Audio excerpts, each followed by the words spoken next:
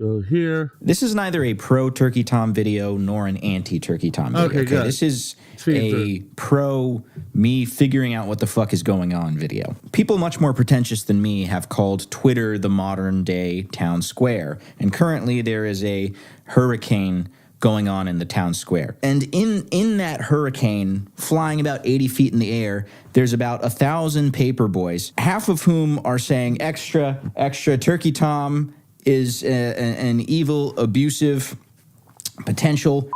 And the other half are saying extra, extra, Turkey Tom allegations, big old nothing burger. Nothing burger of the century. A lot of people are starting to tune in on it. Ms. Kiff uploaded a video which just cleanly hit that 8-minute mark.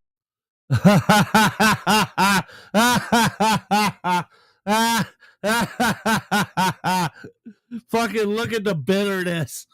Look at the bitterness of that. He's mad. This kid was mad as fucking hell. And he got the Turkey Tom made a video that got like 1.4 million views. The bitterness. Oh, that's fucking great. Oh, that's fucking great. Oh, let's go. Ms. Kiff. Oh, God. Turkey Tom, Ms. Kiff has never left it go. Ms. Kiff. Turkey Tom, Ms. Kiff. So they just made the same thing. What the fuck? That's what I said. They literally. Oh, God. Oh, fuck me, man. That's fucking great. Bro literally took 2 months. Also, bro also took 2 months to reply.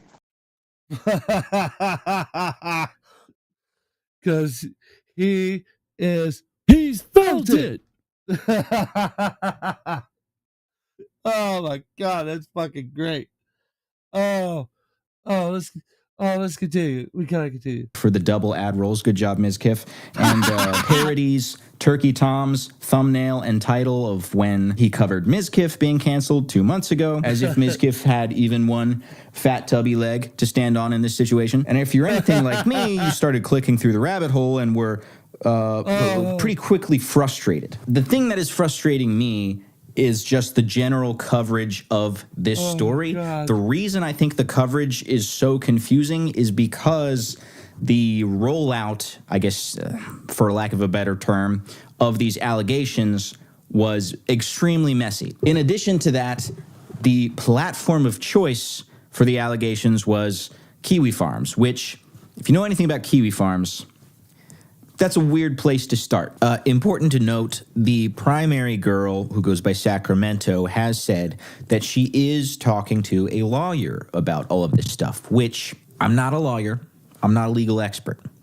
But doing that and going on Kiwi Farms to do a tell-all simultaneously, usually not a winning legal strategy. Yeah, that when that first came up, that made me very suspicious of the situation. It made me very suspicious because then I was like, okay, so you're talking to a lawyer and everything, right? But now you're going to go on a live stream, and they went on a 2-hour live stream. Her and Roma is the main girl's name, and the other one, God, I forget her name, was friends with her, which makes it even more fucked up. Like they both went on a 2-hour live stream with the owner of Kiwi Farms, and he glazed both of them. Like you could clearly tell he was sipping for them, in my opinion, because he didn't give them any kind of pushback or demand any kind of evidence. He just like, oh, so Turkey Tom did violate you multiple times. Okay, so describe to us how he violated you. It was like there was no real pushback. There was no like anything to say. Maybe that's not necessarily what happened. Like, it made me really suspicious of the situation. And I will say, as far as like the video sound that Slimeboy has, I love it. It is analog to the bone, and I love it. I love analog sound. I love that saturated radio kind of voice sound. I really love it. Like that's a sound I want to go for when I actually have more money and can afford it. Like that's the kind of sound I want to go for because I love that saturated radio voice. But Again, that's just me. That's what I like. What do you think, Suki? So far from what you just heard, what do you think? That a lot of fucking shit is going on. Great commentary. Let's continue. Very advised. Now, I'll get into Sorry, spoilers right my away. brain kinda There farted. are, to me, some questionable things about some of the allegations. I'm not saying that to discredit anyone's testimony. In my view, the fairest way to approach all of this stuff is to stress test all sides with the same amount of integrity. In other words, you're going to see me tearing down a lot of claims which I consider to be either too flimsy or outright irrelevant, and I'm doing that so that I can shift focus to the claims which I do feel like are relevant. So if you want to skip right to the ones I consider to be the heaviest claims, the most relevant claims, you can go to the timestamp that I'm going to throw on screen. If you want to see my final thoughts, you can go to the end of the video, which is also on screen. Please don't watch like 10 minutes of this video and feel like you know where I am, because I feel like this case demands a decent amount of attention to detail. Now, the allegations have been brought forth by two girls who go by Sacramento and Katie. Both of these people say they dated Turkey Tom at some point in time. There are elements where their stories bear some similarities. Those areas where they bear similarities are the strongest and the most important allegations. Unfortunately, I feel like they bog those down, bury them even in a bunch of very frivolous and pointless other details. So I'm going to start with the introduction of the allegations and the more frivolous ones, and then get into what I consider to be the ones that are a little tighter knit. So just know that if you watch halfway through this video, you're going to get me going over the worst points being brought up, and towards the end, it's going to be the more serious stuff. All that to say, I feel like this situation should involve a lot of care and scrutiny, and we're working with limited information, so if you click off the video halfway through, you're certainly not going to have like a great idea of where I end up on this. That too, as I mentioned before, is kind of also a big part of why I'm making this video. I'm kind of frustrated with the general internet's response to this situation. I feel like it's getting kind of drama slopified a little bit, and I'm going to try to do the opposite of that. I'm going to attempt to do the opposite of that in this video. Really, there are two primary... So that's why I picked his video, because there's quite a few other videos that do go over the situation, but I felt, in my opinion, Sly's video, Sly Boy right here, did the best job explaining what the allegations actually are and what's happening, because a lot of it felt like a lot of it did feel like it was exaggerated. Like Chud Logic, for example, a lot of his was I felt was exacerbated. That he didn't really take care of what he was talking about. It was more of, he was kind of just um like, how do I, like, he took a lot of jokes, he said a lot of jokes, and his chat was constantly throwing jokes at the situation. And it felt, and he got mad about it when people called him out on Twitter Not about serious. it. Yeah, because people felt like he wasn't taking it as serious. And he was like, well, bro, if the allegations are true, then Turkey Tom's done for. It's like, oh, okay, but we hadn't even heard from him yet. And you're essentially saying his career's over with. What the fuck? Hey, Coldfire, how you doing, man? Hope you're doing all right. As you can tell, I'm trying out Melt Studio. And right now, it's doing pretty good, honestly. I'm enjoying it. It's got a few hang-ups, but nothing I haven't dealt with before. It's just a couple of things I'll need to make notes of. But so far, the software's been running pretty well. The multi-streaming aspect has been fantastic. I have not had a single dropout with it. Not a single dropout.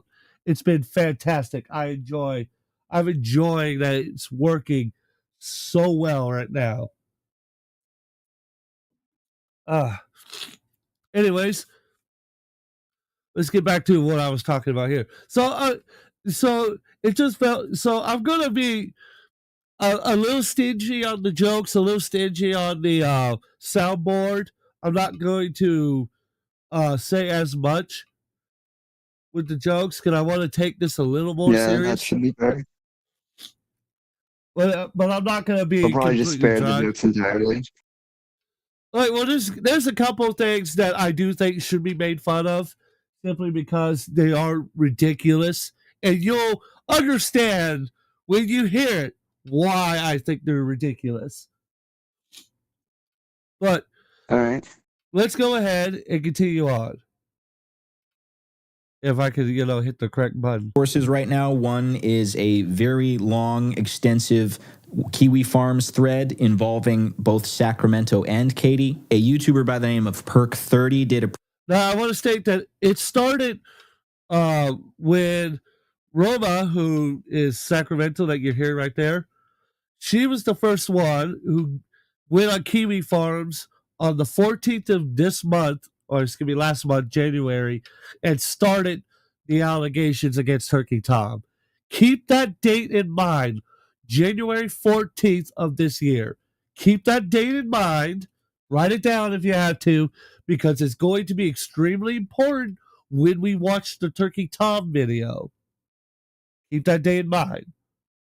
Extensive review of that thread and also put in some helpful censoring there, so I'll be referencing his video for a lot of this. I do also have some criticisms of his coverage of this, but that's not really what I'm going to focus on so much as the story itself. And then additionally, both Katie and Sacramento sat down for a Discord interview with a YouTuber by the name of Mad at the Internet. Turkey Tom also has yet to respond as of the making of this video. Hi Kiwi people, I dated Tom a few months after meeting him on Tinder. I'm not super into internet stuff and had no idea what Kiwi Farms was, but this page was always his #1 search Safari thing that pops up on iPhone when he went to Google something. When I asked about the website, he got super defensive and weird about it, so I obviously looked into it and found all of this crazy stuff, like him admitting he's bi. He messaged the owner of the website, Joshua Moon, to get the code to post here. Basically, I started to get suspicious about all the e-girls he's followed / interacted with, and he started raging at me. He also lied to me at first about the fact he does YouTube. He did some crazy stuff like kicked holes in the wall at a house he was renting because some e-girl who copies Belle Delphine got hacked, and the quote hacker was blackmailing him with his pics. He continued to talk with her after the fact. I have screenshots confirming all of this, attached a couple, but I think I have more. This guy is a real freak and likes to record encounters, X-rated encounters, without asking first during almost every time. I know for the fact he's done this to at least one other girl. Serial, quote, gooner, and has flown out several e-girls to sleep with. He told me he has a file on his computer called, quote, just in case. That's basically voice memos or calls from his exes to blackmail them with in case they ever said something about him. Thought I would get the message out and confirm y'all's suspicions. Also, if this gets out, to warn any other young women in the Texas area about this dude. All right, so that was a lot, and I'll get into some of the stuff that she references there. The first thing that struck me as really odd is, why is this happening on Kiwi Farms? Especially given that she says she doesn't even really have any familiarity with this site. She's posting on it because he saw he would post on it. So, like, right off the bat, suspicious. To me, that was very suspicious. Right off the bat. You would, out of all websites to go to, right? Why Kiwi Farms? Yeah. Like, think about it. Like, why Kiwi Farms? It just, to me, it's just, like, that doesn't make sense to me. What do you think, Suki? Yeah, it definitely seems like why. It's just and I couldn't have paused it on a better face even if I wanted to. That's a great face I paused it on. It's just It looks like he's like caught in its knees.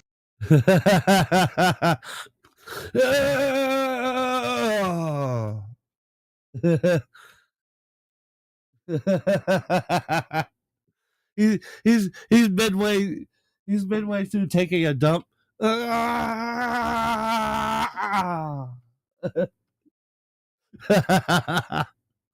fucked. So fucked up. Oh, that's so fucked up on my part. Oh, so fucked up, man. Take your kick, motherfucker. I don't. No, fuck you. How about that, Cold Fire? Go fuck yourself. Don't give him any ideas. Oh, Jesus, let's continue. Yeah. That to me is strange. In addition to that, and this is something the people who run Kiwi Farms have spoken on, Kiwi Farms is kind of in a lockdown right now, so she had to email someone to get a code to create an account specifically for making this post. So it's really strange why she would go here and go through all of the effort to go here as opposed to Twitter. She never really provides any clarification on that. There are also some really odd details about her story that she does get pressed on within the thread that I feel like she doesn't really give a satisfactory answer towards. We will get into that as well in a bit. Now, there are a variety of ways in which I feel like she is kind of undermining her own story by pressing on certain details or trying to imply things without saying them, which kind of fall apart after further inspection. There is more tangible, concrete stuff that, again, kind of gets buried here. We'll get to that later on. She makes mention of the fact that he, quote, lied to her about doing YouTube and brings this up throughout the thread, trying to kind of paint him as someone who's acting sketchy and seedy. However, after being pressed on this several times, she brings up that on their first date, he talked about doing YouTube. So it was really just in between matching on Tinder and whatever conversations happened before their first date that he wasn't forthcoming about that, which I feel like that's pretty normal behavior if you're pretty prevalent and known on certain internet circles. You may not be comfortable just advertising that to strangers that you match with on dating apps. Think about it. It's like I have a couple of dating profiles, but I don't really advertise myself as a creator on them because, like, for me, I don't want some avid fan or detractor going and finding it and being like, "Oh, hey, look, there he is." And now I'm going to like catfish his ass and try to like get him to send me pictures that I can blackmail him with. But I can understand why Turkey Tom would not want to necessarily advertise that because he's not just a nobody channel like mine in the aspect of like there's not many subscribers. He's got millions of fucking subscribers across 3 different channels. So like he's not just a little. I never really heard of him before though. He was a video essayist in the early days of 2015, 2016, like at the start of the YouTube adpocalypse. And he got famous because he was able to cover stuff in a way that was neutral, but still was entertaining and funny. And he became a millionaire success overnight, in a sense. He actually makes really good content. It's just a lot of people aren't a big fan of him, which is fine. Well, let's continue on, shall we? Sus. Yeah. Actually sounds like the most normal thing to do, given that people might screenshot your profile and shit for clout. It's just not fun to have that just like shared everywhere. Speaking of which, in the screenshots that Sacramento supplies to the thread to prove that she did date Turkey Tom, she includes a screenshot of them matching on Tinder, which is strange because she says she didn't know who he was and he hid the fact that he was a big YouTuber from her until their first date, which apparently is a big deal. So she didn't know who he was, but she screenshotted him the second they matched on Tinder. Somebody in the thread asks her, why would you do this? And she kind of skirts around the question. Were you aware of who he was before you started dating, seeing as you screenshotted your Tinder match? Like, what did his bio say about what he did for a living? I didn't connect the dots about who he was till after. His bio was blank. I might have said something about videographer. His Tinder profile was mostly just pictures of him flexing, usually his phone covering his face. Now, I totally get that some people do screenshot their matches on the apps for safety reasons, especially a lot of women. However, screenshotting someone's profile before you go out to meet them and screenshotting the one screen that pops up for 10 seconds on Tinder when you first match with them, that never comes back, by the way. Those are two different things. And it's very weird that it would be the latter. You'd think if this was a normal woman screenshotting something for safety reasons, it would be after they'd talked, screenshots the profile that has some information on it. That was that again, I thought that was suspicious as well. Like for me, I've screenshotted women's profile pictures with their information and everything, so that way I would know who was who. So if I say sent them like a number for them to text, like my number, I would be able to know, okay, yeah, this is who I sent it to. And so I can keep track of it. So that way I'm not like, I'm like, so that way I'm not getting a message from them, say like 2 days later, and I'm going, who the fuck's this person? You're like, oh my God, my phone got hacked or some stupid shit like that. Like I keep that information just in case. Yeah. And I expect those that I match with to take screenshots as well and to have pictures of my profile. Like that's fine. I don't like that is the kind of stuff I would expect. Not a screenshot of me matching somebody. Like if I match somebody, I'm not going to screenshot that. Because like I'm going, okay, cool, I matched them. Now I'm going to go message them. Like I've never understood that logic. Cool. Like that's just how I am. Yeah. Yeah. It is weird that she screenshotted the match. And not the profile, and not the messages or nothing. Just the match itself. What do you think, Suki?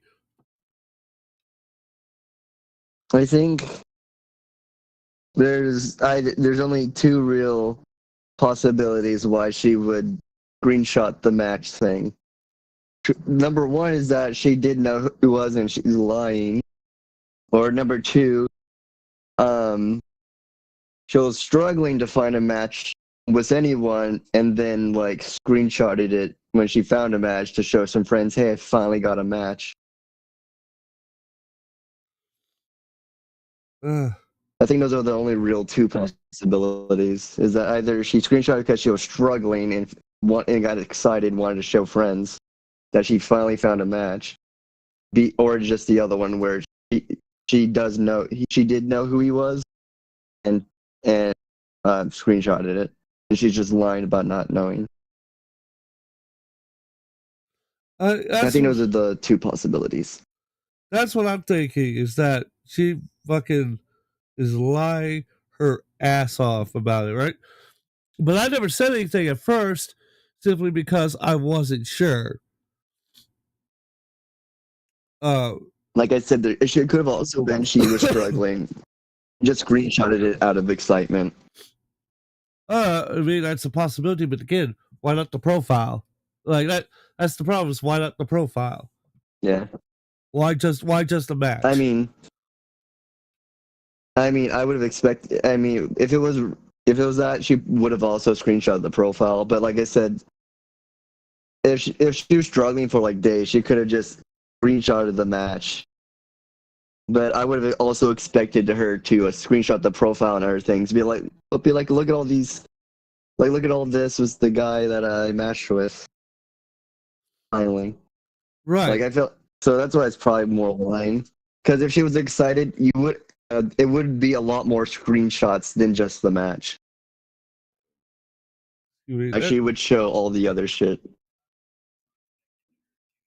Like that's what I'm thinking. It's like they're just like they would. There's got to be like more to that, right? But let's continue.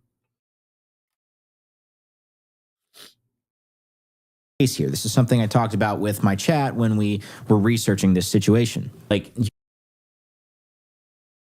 I'm gonna say it's got a load. You matched with them. You don't need to screenshot that. The only reason you screenshot that is if it's like a notable thing that you want to post somewhere, meaning you know that the person is like publicly noteworthy. To me, there is no good explanation for that, given this person's testimony so far. I usually end up with screenshots of people I matched with, then go out with for safety plus visual aid if I'm telling friends about it. So on the female end, some of y'all will just if you match with someone, will you just immediately screenshot it just for safety?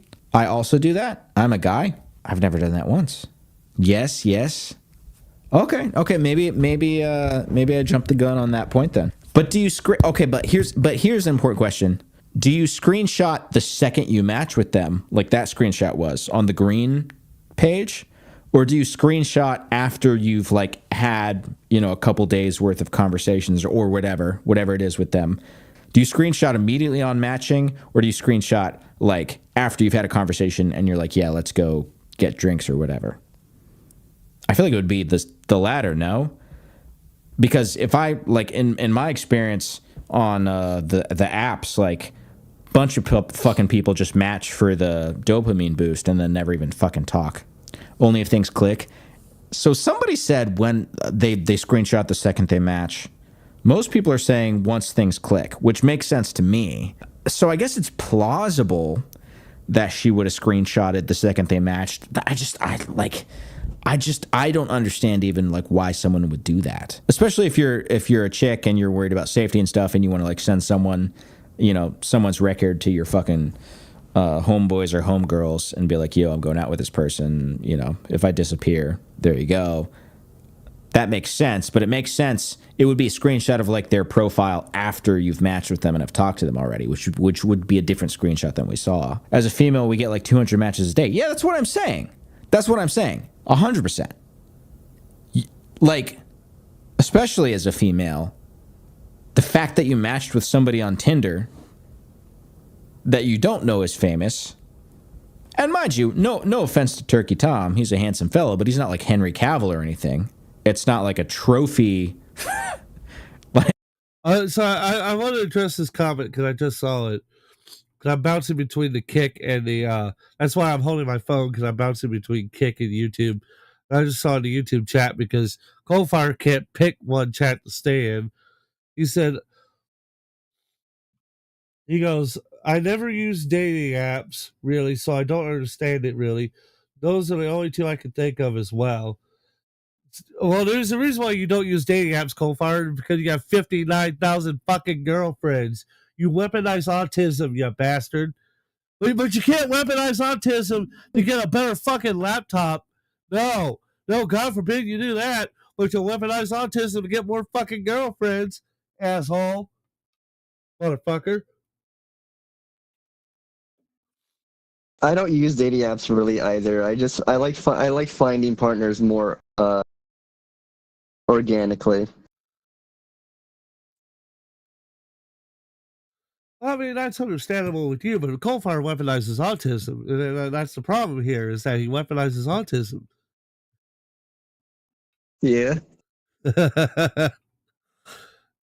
Oh, let's chat and jump in now. Oh, God. All right. Anyways, let's continue. Can you believe I matched with this 9-foot tall Amazonian Giga Chad? You know what I'm saying? Like, I'm glad we've introduced some nuance here, but I hope you guys still understand my reservations about this whole match screenshot business. Because also, even if it were for safety, you would still want it to be of their profile, not of the We Matched screen. Right. Because their profile provides a lot more information. The We Matched screen provides like a tiny circular picture of them. It still really strikes me wrong. Finally, she was asked about this in the interview she did, and I don't know, her response kind of hits me with an orb of confusion. I don't really understand. Again, I'm not saying any of this to undermine the allegations. We're gonna get to the stuff that I feel is a little more tight-knit later on, but I'm just really confused about it, and I'm confused as to why this is such impossible puzzle to put together. But I don't know. You can be the judge, I guess. One of the things that a lot of people who are on his side, like in the YouTube sphere, said is that you had a screenshot of you matching with Tom. And they said that was strange because in your story, you said you did not know him before you met up, but you took a picture of the match. Is there a reason for that? Yeah, I took a picture of the match because I could kind of tell there was like something weird about this guy. Like, I didn't know if he was famous or whatever. And also, I did that to other people as well on Tinder. Just like everybody you matched with to like gossip with, like girlfriends? Yeah, like a couple of them. But yeah, he seemed like kind of weird. So I took pictures of our match. What What about his bio? Oh my God, Pugs, really? Pugs said Tom needed to admit that he gobbles. What the fuck? What's wrong with all y'all? Let's continue.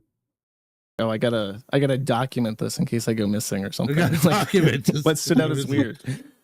He was covering his face a lot in the pictures, and there was something really off about him. So yeah. Again, I will reiterate that a lot of this story really, really gets bogged down by really pointless, frivolous, stupid shit. And if there is truth to this story, that it's hurting the story that's the case, and that's frustrating to me. So, for instance, probably the worst point that she brings up is him punching a hole in the wall. She brings this up in her opening first initial post to the Kiwi Farms thread, the thrust of which was, hey, I just want to warn people in the Texas area about this guy, right? Implying that he's a dangerous person. She says, he did some crazy shit like kicked holes in a wall at a house he was renting because some e-girl who copies Belle Delphine got hacked and the hacker was blackmailing him with dick pics. Now, to me, the pretty obvious implication of including that in that opening statement is to imply that he's crazy, he's violent, potentially physically abusive. But there's a big difference between punching a hole in the wall because you're having an argument with a girl and punching a hole in the wall because you're being sextorted, because you're a victim of a sex crime. What's more, we find out much, much, much later in the thread that she wasn't even there when the hole was punched in the wall. Please drop any photos you have, perhaps around his house, photos of the holes he punched in his walls, any evidence of violence. Sorry to sound pushy, but this is basically essential at this point. He showed me the holes in his wall IRL on FaceTime, but didn't get a picture. Frowny face. He told me he was paying the owner of the house he was renting to get them fixed. LOL, I can send pictures inside of his gamer room. Sacramento also spends a pretty extensive amount. So the reason I let that play out all the way through is because I wanted something to be noted about that. Because at the time, from what I understood, he was living with Brandy Buckingham. So they were roommates. If I'm not mistaken, that's the correct timeline. So that would possibly make sense why.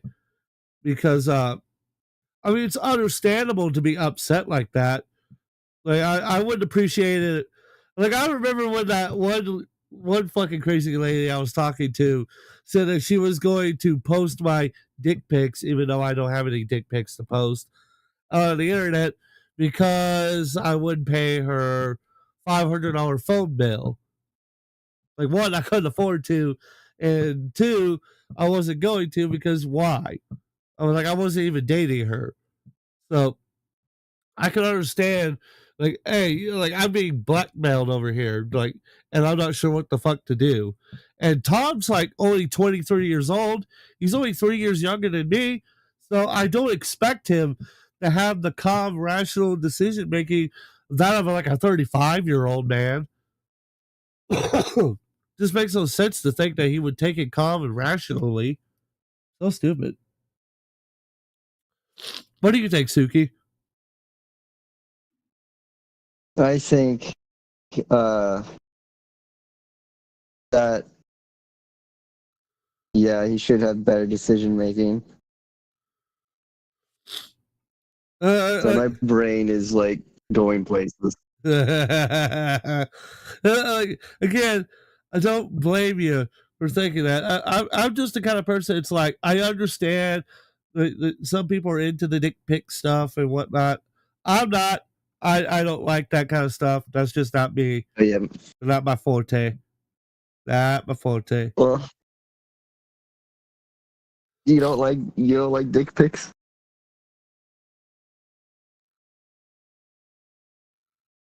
No, not really. I don't like any kind of pics.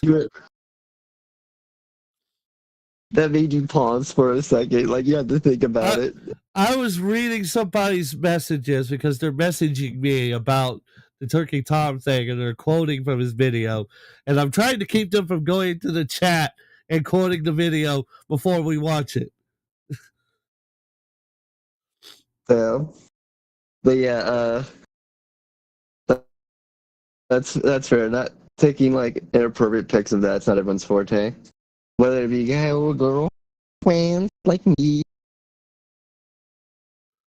Oh God, oh God, oh God. So he live. Yes, Turkey Tom lives in Texas. Or lived. I think he moved. Oh no, we share a state. I think he moved. I could be wrong. So kind of Pugs goes, I'll take. I want to move. The God of Pug goes, I'll take things exes always say about their exes for 100 Timbs. My answer is, what is there something off about my ex?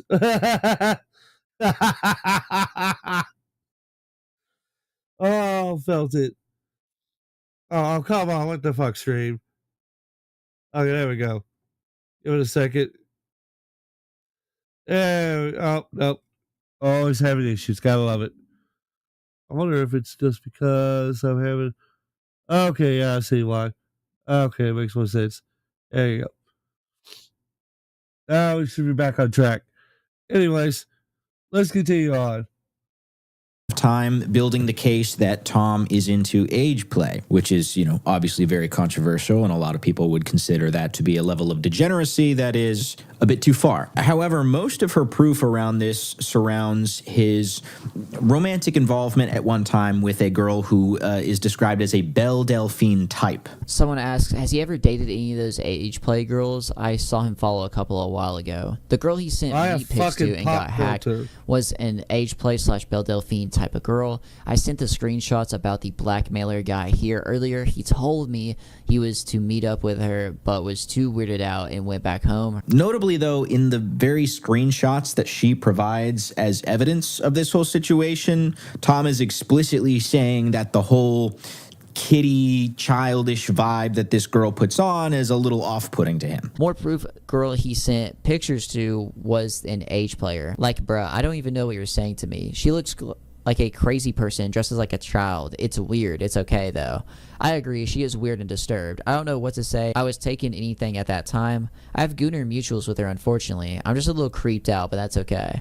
I also got creeped out, and she was nuts, so I stopped talking to her. The genre of women are demons. Every one of those types I've met, actually messed me up. I was friends with her for a while, and she was insane and messed me over. Yeah, well, this chick is insane too. I feel bad for how bad her mind is, so shrugging emoji. She dresses like a kid, so I think it's weird. No offense. Yeah, I don't know what that's about. No. So that one. Just,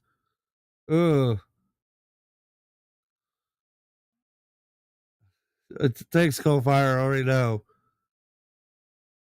You keep saying it over and over. It doesn't help me. I should make that a bannable offense. Telling me if my stream's breaking. Let's see. Hop over to kick. Have it on kick. Oh, that's why I gotta hit the stupid live button. There we go. So the thing about it, right, is that the thing that I'm finding weird about the comments is that it's like, do I really believe the text? Do I really believe it? Like, how do I know that they're not taken out of context? Like, my problem with most stuff like this is that how do I know what is in context and what is not in context? Like, that's why I hate single screenshots like that, is because I don't know what started that conversation and what was said after the main portion of the message is. It's like, what was the setup? What was the setup and what was the payoff, essentially? Maybe I'm not being generous enough. What do you think? I think it's brain, please work.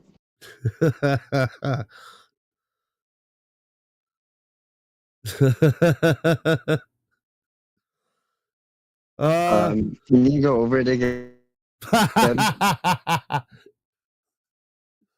All right. So this woman's now. My brain likes to buffer. So at this point, Turkey Tom is being accused of enjoying age role play. Essentially, what that is that one or more of your partners pretend like they are underage. Yeah. Oh. So they'll wear like school. I can definitely see why that's controversial. Schoolgirl outfits, schoolboy outfits, things like that. Like that kind of role playing, which is in quotation marks. But it's between two adults, right? Yes. Of us, our savior. This give Starlink will not fucking help me at all. Starlink would be worse for where I'm at. Because there's woods and trees everywhere. So it would just block the satellite. I know, because we used to have DirecTV. All right, so I mean, as long as it's between two actual adults, and there's nothing illegal going on. I mean, as questionable as it is, it is legal. Even if it is very controversial, it is still legal as long as it's between two consenting adults. Yeah. That's for what I think. It's definitely something. I'm not for it. I'm not definitely for it. It's definitely not the worst.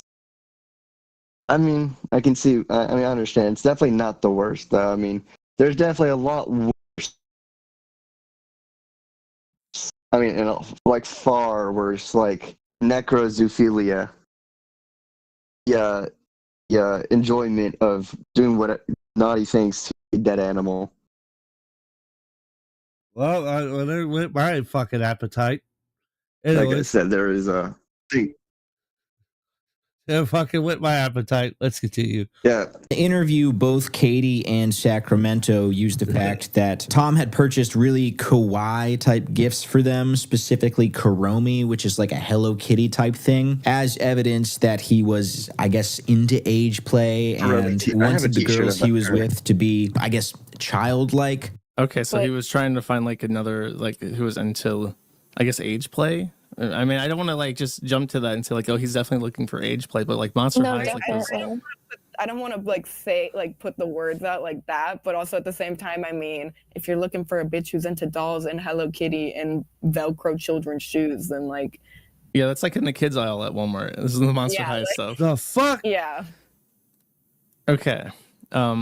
So he would. I mean, that's what I was asking for. Like, did he give you clothes that was like, this is like saccharine light pastels and stuff? Yes, for my birthday gift, he bought me a whole bunch of Hello Kitty type stuff. Like in some of the pictures of the age player lolicon girl, Ellie, she's wearing these Hello Kitty pajamas, and he bought me like those exact same type of pajamas and other like stuffed animals, stuff like that. Yeah. But did you feel that the gifts, like clothing and toys and stuff, were weird, or did it feel? Yes. Okay, it did. Yes. Like all of it, like the clothes too. It was like, this is weird. Yes, because I never expressed any like interest in like. This video is brutal to sit through because of those stuff. Because of that. And that's why I thought about like skipping over those, because like to me they're non-points comparatively to what they're going to accuse him later of. Like I stated before, with the sexual assault, violence, and the illegal recordings. To me, this felt like you're trying to embarrass the guy. Like the crimes themselves, if he did commit them, should already embarrass the person. Like, what more are you trying to add by doing this? It feels stupid, you know? So, I love I'm Hello not Kitty, mistaken. There is a timestamp where we can kick over that. So now here, we're going to go here. We're going to go to the serious allegations now. Because this is the stuff I actually want to talk about. Because this is the stuff that's actually relevant to the story at hand. Because we got a long ass fucking Turkey Tom video to react to. And when I say he comes with the receipts, he comes with the receipts. He's got receipts for days. Let me make sure Mel's not fucking dying. Receipts for days. Okay. YouTube's having an issue for some reason, not. So Kick's doing fine, but YouTube's being weird. Interesting. That's weird. Anyways. YouTube is weird because I'm weird. Yeah, there we go. That's working. So, anyways, let's let's see what is YouTube doing? Good question. Let's see. We're gonna make sure Kick's up to speed. I'm having to bounce between the two. Okay, here we go. Oh, that's right. You gotta hit this button. So, yeah, I'm noticing Kick's running a lot better than YouTube for some reason. Weird. But anyways, that's weird. Because I'm weird. Let's weird. get to the serious allegations. Fucking stop dying on me every 5 seconds. All right. Give it a second. So, let's actually move on now. Let's do what I said we were going to do, and we're going to cover the serious allegations. Anyways, let's continue. Turkey Tom likes to listen to. So now that I've carved through some of the bullshit, let me be very clear about what the actual heavy allegations are. In my view, there are two primary allegations. One is that Turkey Tom, with his exes, would film adult encounters without permission. And two, that in most adult encounters that these girls had with Tom, he was very rough in ways that were unhealthy and damaging, to put it lightly. We'll get into exactly what that means. Now, for the first of these allegations, the filming without permission, let's go into that opening statement again. So Sacramento had said, "This guy is a real freak and likes to record encounters without asking first during almost every time. I know for a fact he's done this to at least one other girl." And that's all we get in the beginning. Now, that is incredibly vague. What does that mean? What were the dynamics of that? Are we talking about a fucking secret hidden camera here? Further on in the thread, she talks about it more, and she opens up by saying, "I'm not alleging anything illegal happened." So mind you that this is the second most heavy of the allegations in my view. Now, the second is heavier in nature, and I'll be spending the bulk of the time on that. This one very much plays second fiddle to that, so keep that in mind. I'm not alleging anything illegal or saying it was revenge X-rated material or anything. What I meant was he wouldn't ask before and proceed to take his phone out mid-session actively to film. I sometimes wouldn't notice till like 15 to 30 seconds after he started filming. I have no idea if this is illegal or not, but yeah, he wouldn't ask before. Reached out to an ex-girlfriend of his. He would do the same thing to her. Now, the detriment of a lot of this row of... Yeah, that's a holy shit moment, right? That is a holy shit moment. Like, if that was true, right? If those allegations are true, then he's fucking looking at serious prison time. Because that's revenge porn. That's revenge porn. It's illegal recordings of private what was it? God, because the DoorDash girl got it. Illegal recording the DoorDash girl? I haven't heard of that channel. That's not a channel. It's a whole ass story I'll go over later. But it involves an innocent man nearly losing his wife and everything because a woman decided that she was going to film him while he was in his house with his pants down after he ordered food and told her to leave it at the doorstep, and she decided to invade his privacy. That's right. Illegal recording that led to an invasion of privacy. That was it. So he's invading privacy. He's illegal recording, according to Rhoda here. That's some pretty fucking heavy allegations right there. That's blackmail and revenge porn. Like, I'm not gonna mince words on that one. That's serious, heavy allegations, and if they're true, yeah, his career's done for. There's no getting around that one. But again, those are just allegations. We haven't even seen any evidence other than her just saying that it happened. And we all know that the internet only tells the truth.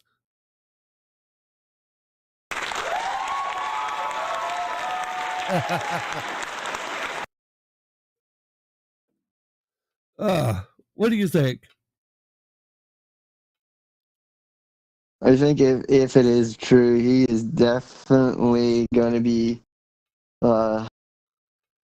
fried. YouTube channel is going to be nothing more than charcoal food. Food that was burnt so hard it can be used as charcoal for a grill. Felt it. He's felt it. Oh, good. I'm going to have to remember to download the stream later. Anyways, I forgot to set it to record when I stream. Whatever. Anyways, let's continue. Allegations to me has been both girls involved are far too ambiguous about these situations. Obviously, something like this begs a ton of follow-up questions. Well, what was your relationship like? Was it one in which that was an expected component of these encounters?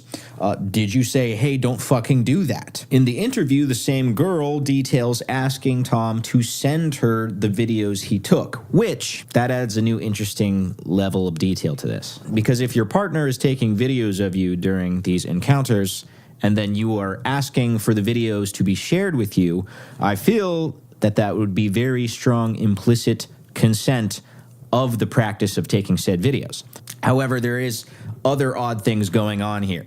And what really concerned me about this is that I was like, you know what? Okay, like he's just filming me during sex, but I had asked him multiple times if he could please send me the videos so like he's not the only one who has videos of me naked, and he either ignored the question or was just like no. So he's How many times did basically you ask? maybe like 3 or 4 times. That's very odd if true, extreme. That's extremely condemning if true. And the problem here is, again, it's only words. It's only being said. There's no pictures or like screenshots of text messages to back these statements up. It's just words. And that's my problem. Does any of the stuff being said against Turkey Tom, is there any evidence against him? Like hard defining evidence? Other than a couple of screenshots you've seen so far, no. It's all been word. So basically, so far, it's just there's no really any damning evidence so far. Yeah, so far that like nothing that can for sure. Yeah, for sure condemn him. I think there's a couple more he'll show. So if he were to be taken to court. Yeah, if he was taken to court, he like criminal court, he would witness no problem. In civil court, he would stand a pretty good chance of winning. I think there's a couple more screenshots that get showed at the end for the heavier allegation. I think. Don't quote me on it. It's been a little bit since I've watched this video. The only reason I remembered it is because Turkey Tom, like I said, posted his response, which is, you see it at the top right here of the all. It's called Turkey Tom's response. Like literally concerning, wanting to film your girlfriend in that way and then not be willing to share it. I don't even know what the impulse for that would be, but it certainly doesn't feel right. My overall point, though, is it seems like the filming of these encounters, for better or for worse, of either party, I suppose, were kind of an expected component of the relationship. Now, I think where it comes down to is there was no initial question of, hey, can I film this? It just started happening, which is basically as much as Katie, the other girl in question, details. Literally every single time we had sex, he recorded it, and he never asked. Literally just one time I looked back and I was like, oh, that's a phone. So that's not amazing. For most of their relationship, that seemed to be an expected thing, though. And all I've combed through this, I've not been able to find an instance of either girl saying they said explicitly, hey, do not film me. Maybe you still consider that to be a crossing of boundaries that he didn't ask in the first place. It certainly seemed like it wasn't appreciated. I think at the end of the day, it kind of depends on the dynamic of the relationship and how much people felt like they were informed on the dynamic there, which it sounds like neither of these people felt like they were properly informed of how the dynamic of that situation and that relationship was supposed to play out. The heftier claim, though, is about his level of roughness in these encounters. I don't want to get into anything illegal, but during, our sessions, he was very rough. He would choke and hit me in the face. I don't think anyone he knew in real life knew about this. Okay, so again, on this claim, she's saying she doesn't want to allege that anything illegal happened, which is strange because she has said she has talked both to law enforcement and is talking to a lawyer. And again, is spewing all of this stuff on Kiwi Farms, which to me doesn't sound like a good strategy, but I guess it's not my business what strategy she wants to employ. Point is, though, I think this is just some maybe legal ass covering. I'm not sure. I feel like the implication is bordering on something obviously prosecutable or suable or something some way or another. Please provide proof of the misuse allegations, the allegation of X-rated impropriety, etc. I don't think it's that hard of an ask. It's hard because he was very careful about what he said over text, and again, I'm not alleging anything illegal, just that he would hit and choke because he was super gooner. Sort of normalized it in my head, but it was definitely... You just like that right there. It's like, what do you mean? What do you mean he was like, you see how frustrating this is?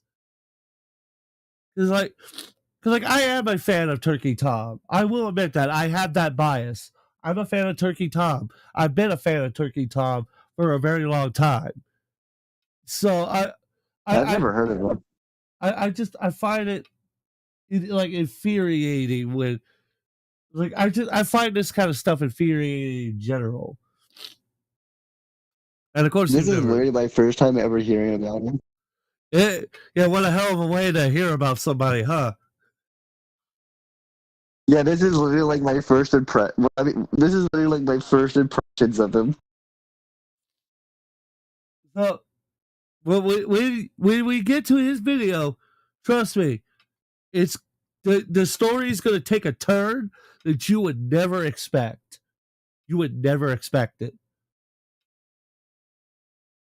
Okay to do any of that. Again, I will make the criticism that it's just very ambiguous, very vague. What exactly is being alleged here?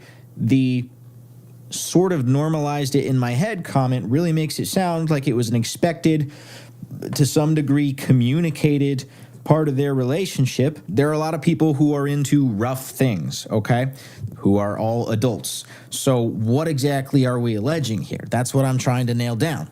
Are we alleging that there was coercion? That's not really been expressed so far. As we get further into it, we'll get more comments that reveal more, but it kind of has to be coaxed out. What's more, text messages she provides as proof shows that there was open communication about this, acknowledgement of it. This also comes with the revelation that apparently she was bleeding after sessions, which is not supposed to happen, and very concerning, and that's something we're going to get into in more detail. This might be too personal, but text about being hurt and bleeding after sessions, I really don't have much evidence because he was so careful and told me all of this was normal.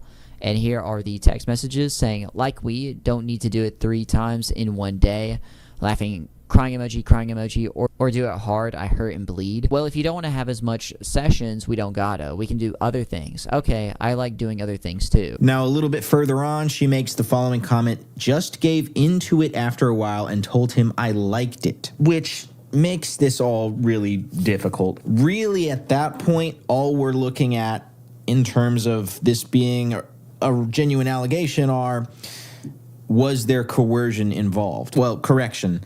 Was there coercion, and how did this transpire before she got to the point that she told him that he liked it? Now, she states something further on that he never initially asked about it. So similar to the situation with the filming of sessions, it seems it was a thing that kind of just started, and because there was never a explicit, hey, I don't like that, it was considered okay. Was this due to him being either uncaring or aggressive during, or was this a health issue you had? I have no health issues that I know of, never bled during anything before. It was the aggression. Just gave into it after a while, and I told him I liked it, but I bled almost every single time. He would hit and choke without ever asking me if it was okay, and yeah, I'm thinking about it. Probably going to be one of my last posts on here when more stuff eventually comes out about him. Just want to warn y'all. We never had any conversation really about like kinks or like what we were into, like other than like bare minimums of like yeah, I like I don't even, we never even had like any bare minimum talk about sex. It was just like, do you want to have sex? Okay. Okay. And the few times you would say anything about like, that's too far, it was just like completely not like, did he react at all? Did he say anything? Was it just like, not really? ignored? He would be like, my bad, maybe like fix how he's acting for like 2 seconds and then do it again. So we get kind of so I let that completely play through rather than interrupting it, because I wanted that whole section to be played out, so it'd make more sense when I give my commentary now. Assuming, I apologize for that. Assuming that is true, right? Assuming that is true, my question to her is, you clearly addressed it, right? Like the text message showed that she addressed it, right? So my question is, why did she start looking to get out of the relationship? Like, why was there other text messages where you started showing, hey, you know what, I don't want to be with you, or hey, like, look, like, why did you give a, like, the other things, and this is something I've noticed a lot of other people would do, is give an ultimatum. Like, hey, either you like do something about this anger problem because it's physically hurting me to the point now that my body's not functioning properly, or I'm getting the fuck out of this relationship.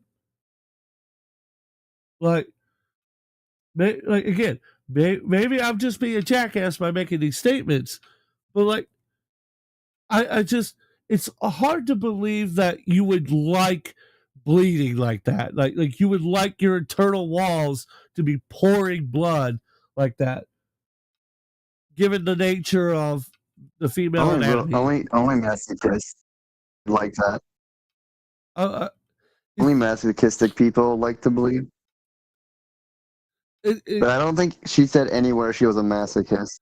Yeah, so like you see where I'm like, oh, like my and my other thing is, why would you document?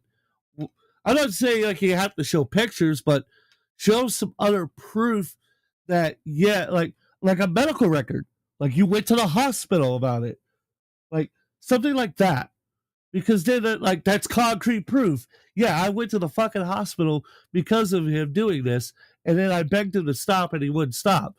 Like that would be clear evidence of, in my opinion, sexual assault and battery at that point, because it's no longer consensual, because you know, like at that point in time you did consent to be physically harmed during sex. You consented to having sex. At least, again, that's my opinion.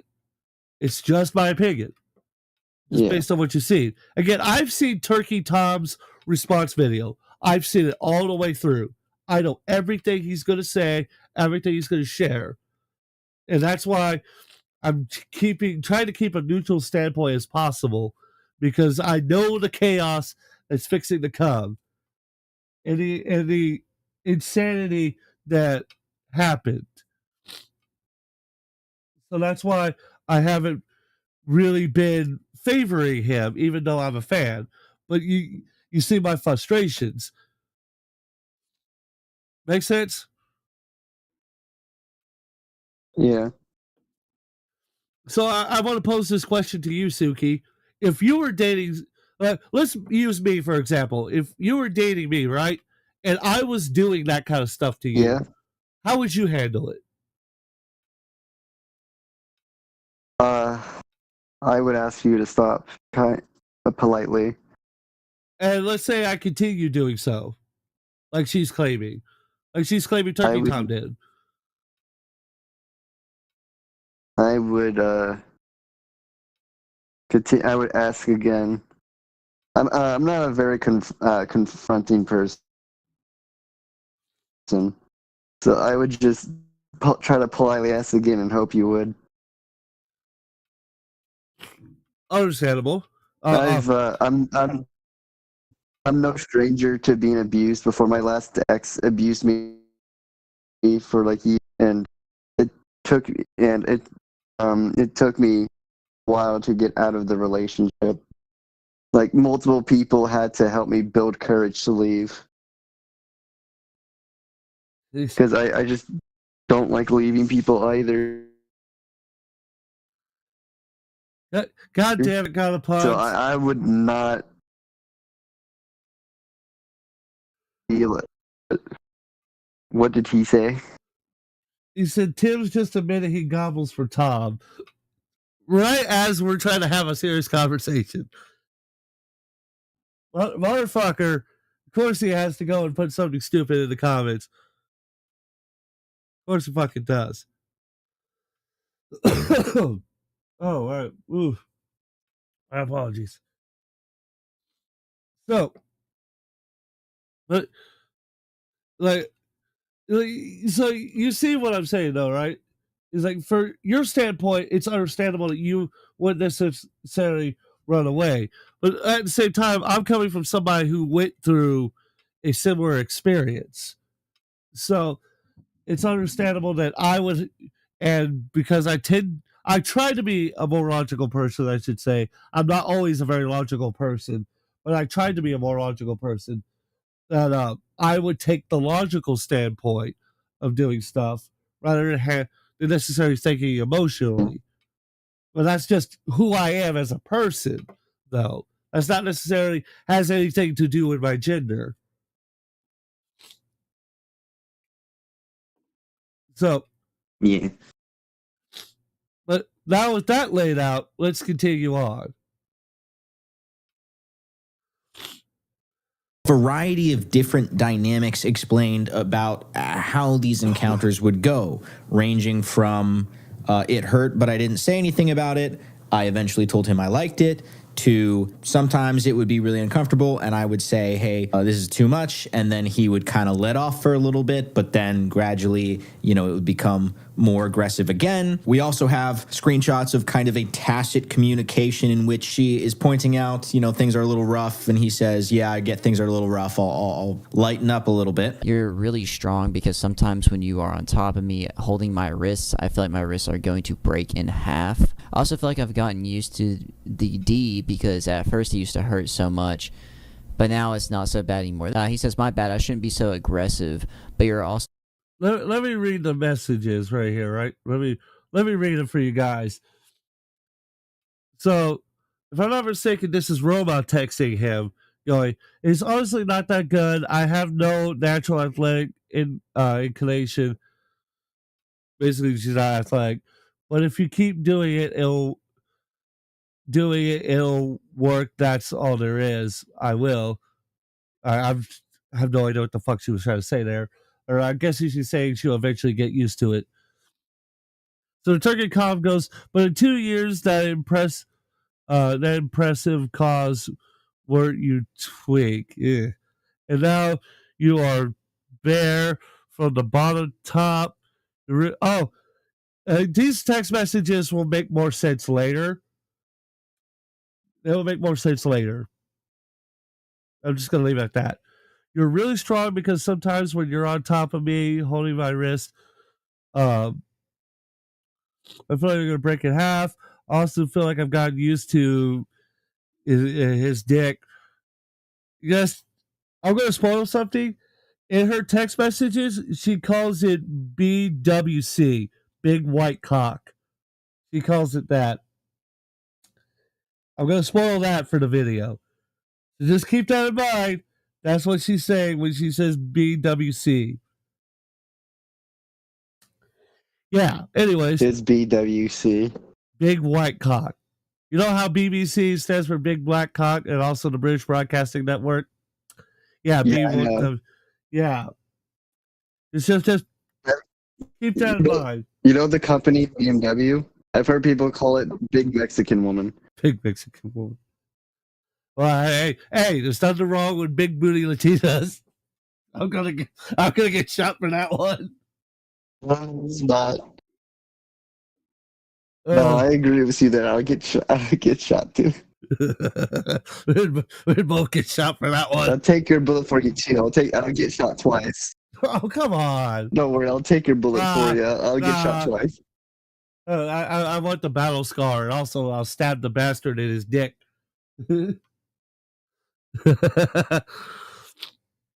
I'll sick cold fire and his weaponized autism on him. That's what I'll do. Because I know that works every time. Yeah, he'll spew his dragon autism breath. Yep, and come at him with his big flaming balls. I can't imagine what dragon-sized balls would look like. Oh, Coalfire knows. Oh, God. Totally not taking it serious. Oh, God. The Turkey Tom replies back, my bad. We should get more serious back at Trump. So the Turkey Tom replies back, my bad, I shouldn't be so serious. Take an English class, asshole. You need to capitalize your words. Shouldn't be so aggressive, but you're also like 100 pounds, so that's part of it, lol. He goes, it doesn't hurt that much anymore, just at the beginning. Because I got to get dressed and get to work. Looking forward to hanging out tomorrow, though. Are you sure you cut with? I got one. I'm sure you caught wind. Yeah, I caught wind of that. That was holy shit. That was a holy shit moment. Okay, let's see. I think. Yeah, I think. Let's see. God. 100 pounds, so that's another part of it. Sacramento and Tom eventually breaks up. We get this exchange between Sacramento and a friend of hers in which she says, hey, I just broke up with my boyfriend. I'm thinking about going to the police. Can you write a statement for me about what I had communicated to you before? And then we get the following statement from the friend. Sacramento shared with me one evening that during sexual transactions with Thomas, she would vocally exclaim that he was being too aggressive and that he was hurting her, and that he would disregard what she was saying and proceed to engage with the transaction, even after she pleaded for him to stop because she was in pain. So this is yet an entirely new testimony. Mind you, it's fully possible for all of these different dynamics to have taken place at one time during different sessions, but they're all very different dynamics. This one is probably the most aggressive of anything that's alleged in this entire video, because this is full on. Like I said, when you watch the video, because we're going to watch the video, you're going to understand why I made certain statements. You're going to understand why very, very shortly. Word that YouTube doesn't like. Not retard, the less fun one. Now, in the interview, the interviewer did. I forgot about that part. Yeah, Timbs, are you still feeling sick? I got congestion, but I'm fine. Oh, God. Oh, I forgot about that part. Not retard, the less fun So one. you're getting better? Yeah, I'll be fine. The less fun one. What do you mean by that? Oh, I almost choked on my saliva on that one. What word's less fun than retard? Rape. I've done that many times. Wow. Oh, that one is less fun. Oh, okay, good. Because like the way it cut out, it made it sound like you said you raped people, and I was gonna go, oh well, we're ending the stream here. Good night, guys. They caught you. Thank God the last part of thank God they cut the last part of that where you said, yeah, that's not the fun word. That almost ended horribly. Okay, good. At least was oh. And Chaotic Jersey goes, don't worry, Timbs. I'm only a smart ass for trolls. Oh, I know you are, Chaotic Jersey. I know you are. You're one of those that I don't like to pick a fight with. Anyways, let's continue on with the video. Not bring up this specific claim to Sacramento, and I don't know why the fuck not. This is by far the strongest claim, and it kind of slipped through there. Katie, the other girl in question, talks about her very similar experiences, smacking, hitting, choking, and bleeding. I haven't really, I've caught wind of the story, but I haven't really looked into it. So I'll look into it later. But anyways, let's continue. After sessions. Very concerning. That should not be happening. I don't think you should be putting a woman in that position. However, very, very ambiguous about the level of communication that was being had. She said she would tell him to lighten up and he would, quote, take that with a grain of salt, which is probably the most ambiguous way you could phrase that. If I had to interpret it based off of all the context we have thus far, it would probably be something similar to Sacramento's claim that he would lighten up a little bit, but then he'd kind of gradually ramp back up into being very violent and aggressive during the act of sex. You had sex with him, right? Yeah. Okay. And during that, he was like violent, right?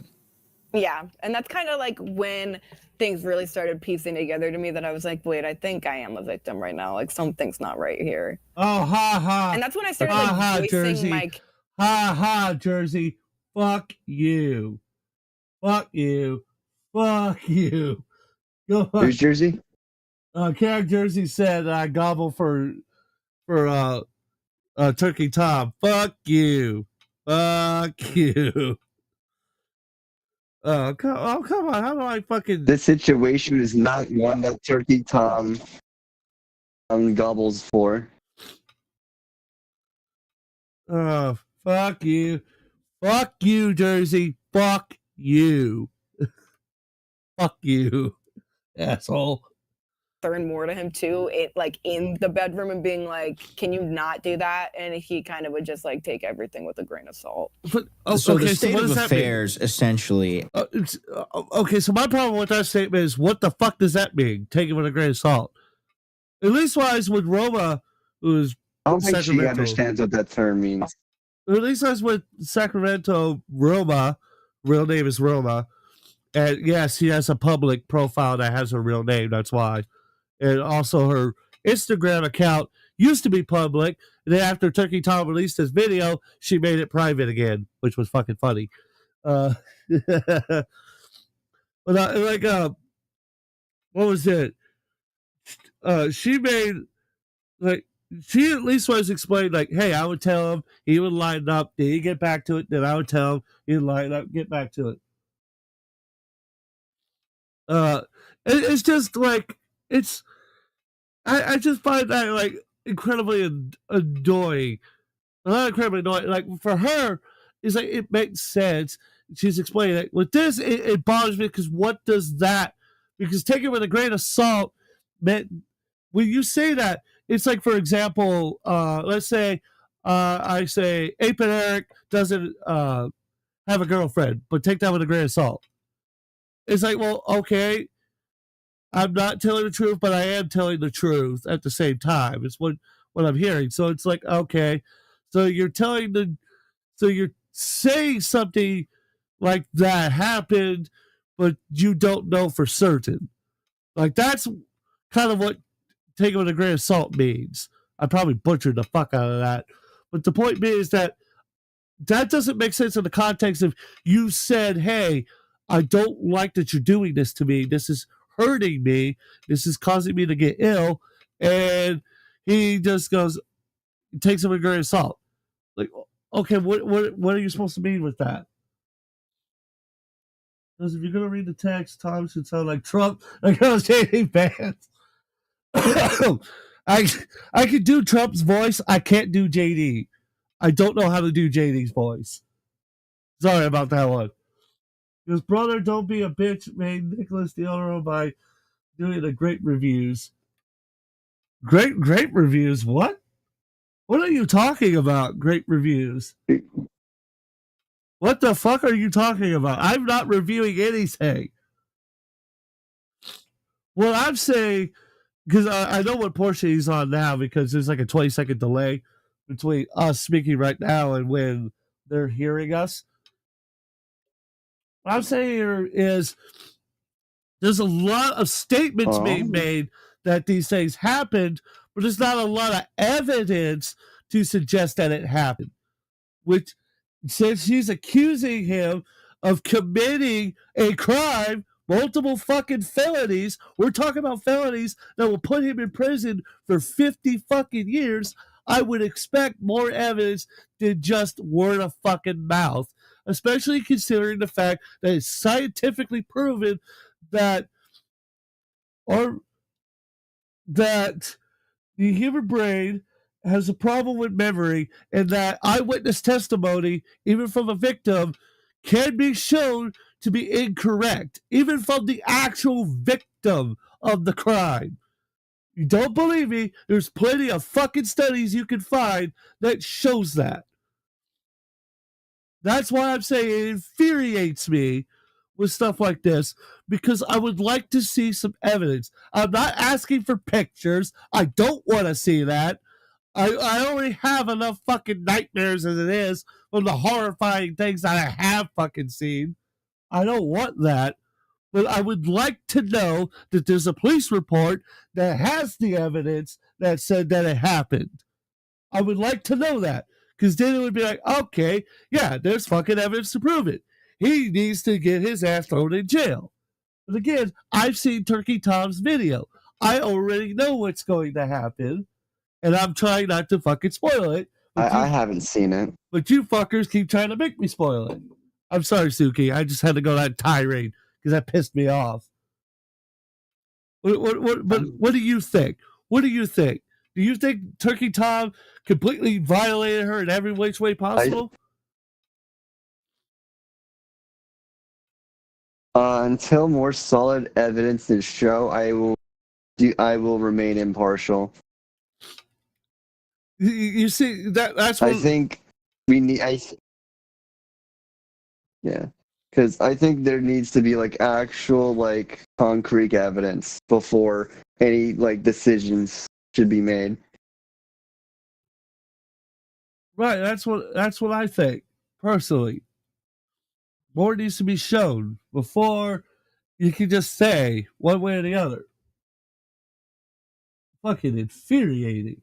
That was infuriating. Most comments usually don't get me, but that one fucking got me. Fucking doing rate reviews, really. Fucking wow. Rape review? Yeah, so Nicholas Dioro, for a gag video, decided that he was going to rate rapes. Like, he would go over criminal cases and rate how bad or how good it was. And it's really fucked up. It's really fucked up. And I don't want to get into that. Let's just say that's the reason why I don't watch his content. I'll just put it that way. Damn. And why I would never fucking associate with him ever under any fucking circumstances. Anyways, let's continue. as Sacramento eventually details it, is that there was never permission asked to engage in this level of roughness, and there was also never an explicit statement or an explicit conversation saying, I don't like this level of roughness. So that leaves a lot of questions about what the state of communication was and who's culpable for what. He would just start like hitting you, like slapping you, like in the face? Yeah, during sex. Yeah, he never discussed it with me that this was going to be a thing. He would just start. So just no warning, he just started slapping you in the face. Yes. So now Did here you comes the assault. tell him like I'm not okay with this? I told him a couple times. I was like, "Why did you slap me?" And he's like, "Oh, like I thought you liked that." And I was like, "I don't know, like, not really my thing." Now it's like that's even more infuriating because now he doesn't know. Because like you're saying, no, you gotta be. See, that's what I hate about that. It's like if you're gonna have a lot of sexual intercourse with your partner and everything, right? You're dating this person, your sexual partner. Why not tell them up front? Hey, this is what I like. This is what I don't like. I like this kind of course. I don't like this. I like this kind of action. I don't like this kind of action. I don't understand why that's so hard to have that conversation. Legitimately, I do not understand that. Can you explain it to me why it's so hard? Because I don't know. I legitimately don't know. I could not tell you. Honestly. Like, believe this at your own caution. I appreciate it, Galapogs. I couldn't exactly remember what it meant. But yeah, also, I have a question. How many girlfriends did he say that he did this? At that point... Oh, wait, I have a question. So how many girls does it say that he did this to? 2. There's only been 2 that's ever said that it happened. And how many did he match? Was it said that he matched on the thing? Yeah, he matched one on Tinder, and it wasn't explained where he met the other one. But apparently they were... So only 2 girls that come out and say this. Yeah.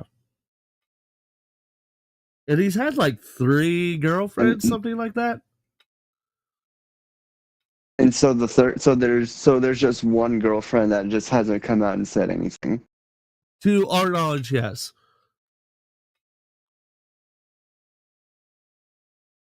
I wonder why that is. Yeah, I wonder why too.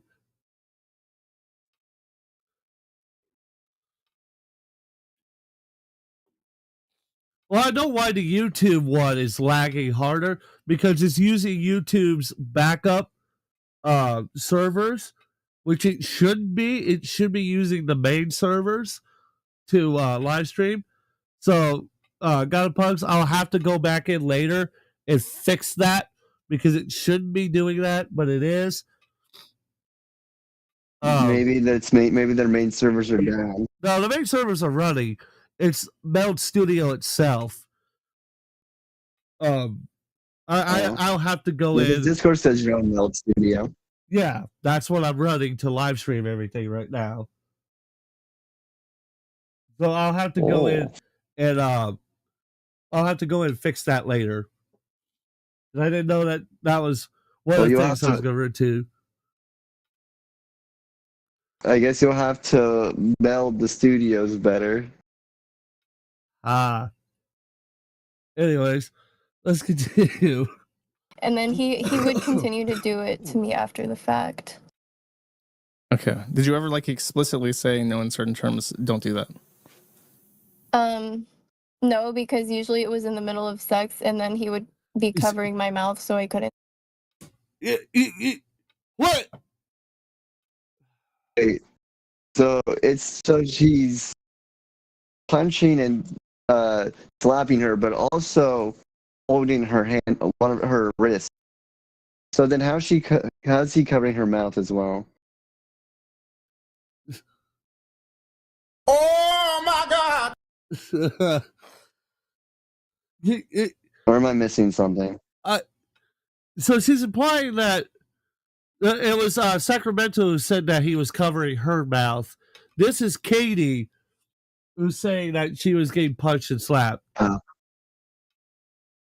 And, okay. And I was missing. Wait. Sorry, my brain's small. It's what the fuck? Because like, why would you say no? Like after the fact, tell him don't ever do this again. I don't want to do this. That's my thing. Is like when when my ex, like when I was dating my ex and everything, and I did something she didn't like, she'd tell me straight up, no, I don't like that. Don't do that, and I would do it. Yeah. I find this infuriating. So fucking infuriating.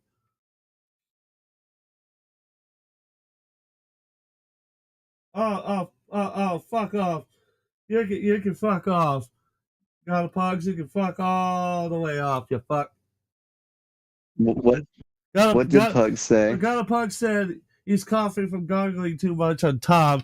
Because again, these guys have not watched the video, they have no idea what's coming. And when they do watch it, you're all gonna fucking owe me some money and an apology. Okay. Oh, so he's like covering your mouth. Did you ever like try to like break away from his grip? Yeah, and he would just like pull me harder. Okay. But then after that, you would like complain to friends privately, but you didn't like sit them down and say like, I'm not okay with this? Yeah. Okay. See, I think you could make a case, though, that it's not necessary for there to be an explicit sit-down conversation on this subject for Tom to know she doesn't want this. But we also have testimony of something that does sound like explicit denial, i.e. the statement written out by her friend saying she shouted out, pleading with him to stop, and he continued going in the moment. So we're left with kind of a confusing narrative. But at the end of the day, I think we do have two individuals who are both alleging something tantamount to abuse. Now, as I said before, Turkey Tom has not come out with a statement about this. If he were to do so, I would demand that that statement come with some pretty strong, explicit statements in return, meaning not generic platitudes kind of smoothing the situation over, but refutation of specific claims, actually coming out with his full chest and saying, no, this did not happen, that did not happen, that's a lie, this is a lie, whatever. Biggest case in point, again, to me, would be the friend's testimony that she had been in a sexual encounter with him, pleading for him to stop, and he kept going. That is the strongest claim of this entire bunch. Because if that's true, that's among the most important things for us to nail down the authenticity of. Not whether he's bisexual, not whether Destiny was wearing a butt plug at one point, not whether he was shit-talking Nicholas Diorio behind his back. All that stuff really just gets in the way of us figuring out the details of this story. And in my opinion, the claims are bold enough that we should be kind of casting aside all of those other things and just focusing on what's actually important here. Another detail to note, there is a document being passed around that is supposedly written by Kai, who is an ex of Turkey Tom, basically vouching for his character. It's a little bit of a mixed bag of a document. I'm seeing a lot of people. So hers, Chud Logic covered over it, and what she said in hers essentially is that Turkey Tom was never abusive like they were claiming he was. He would be rough in sex, at least from her experience. He was rough with sex, but he was never verbally abusive. He never manipulated. He never forced stuff like that. Like he wouldn't force her to be down. He wouldn't cover her mouth. He would basically do a lot. He was just what you call a jackhammer buddy, where like he just speeds very fast and he hits pretty hard because he's getting caught up in the moment. Yeah. Which is still not great, don't get me wrong, but nowhere near like holy shit.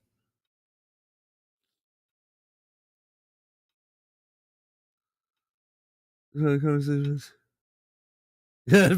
the Rizzler. I'm surprised I still remember that. Thinking of the Rizzler. I'm not sure if I'm thinking comfort zones.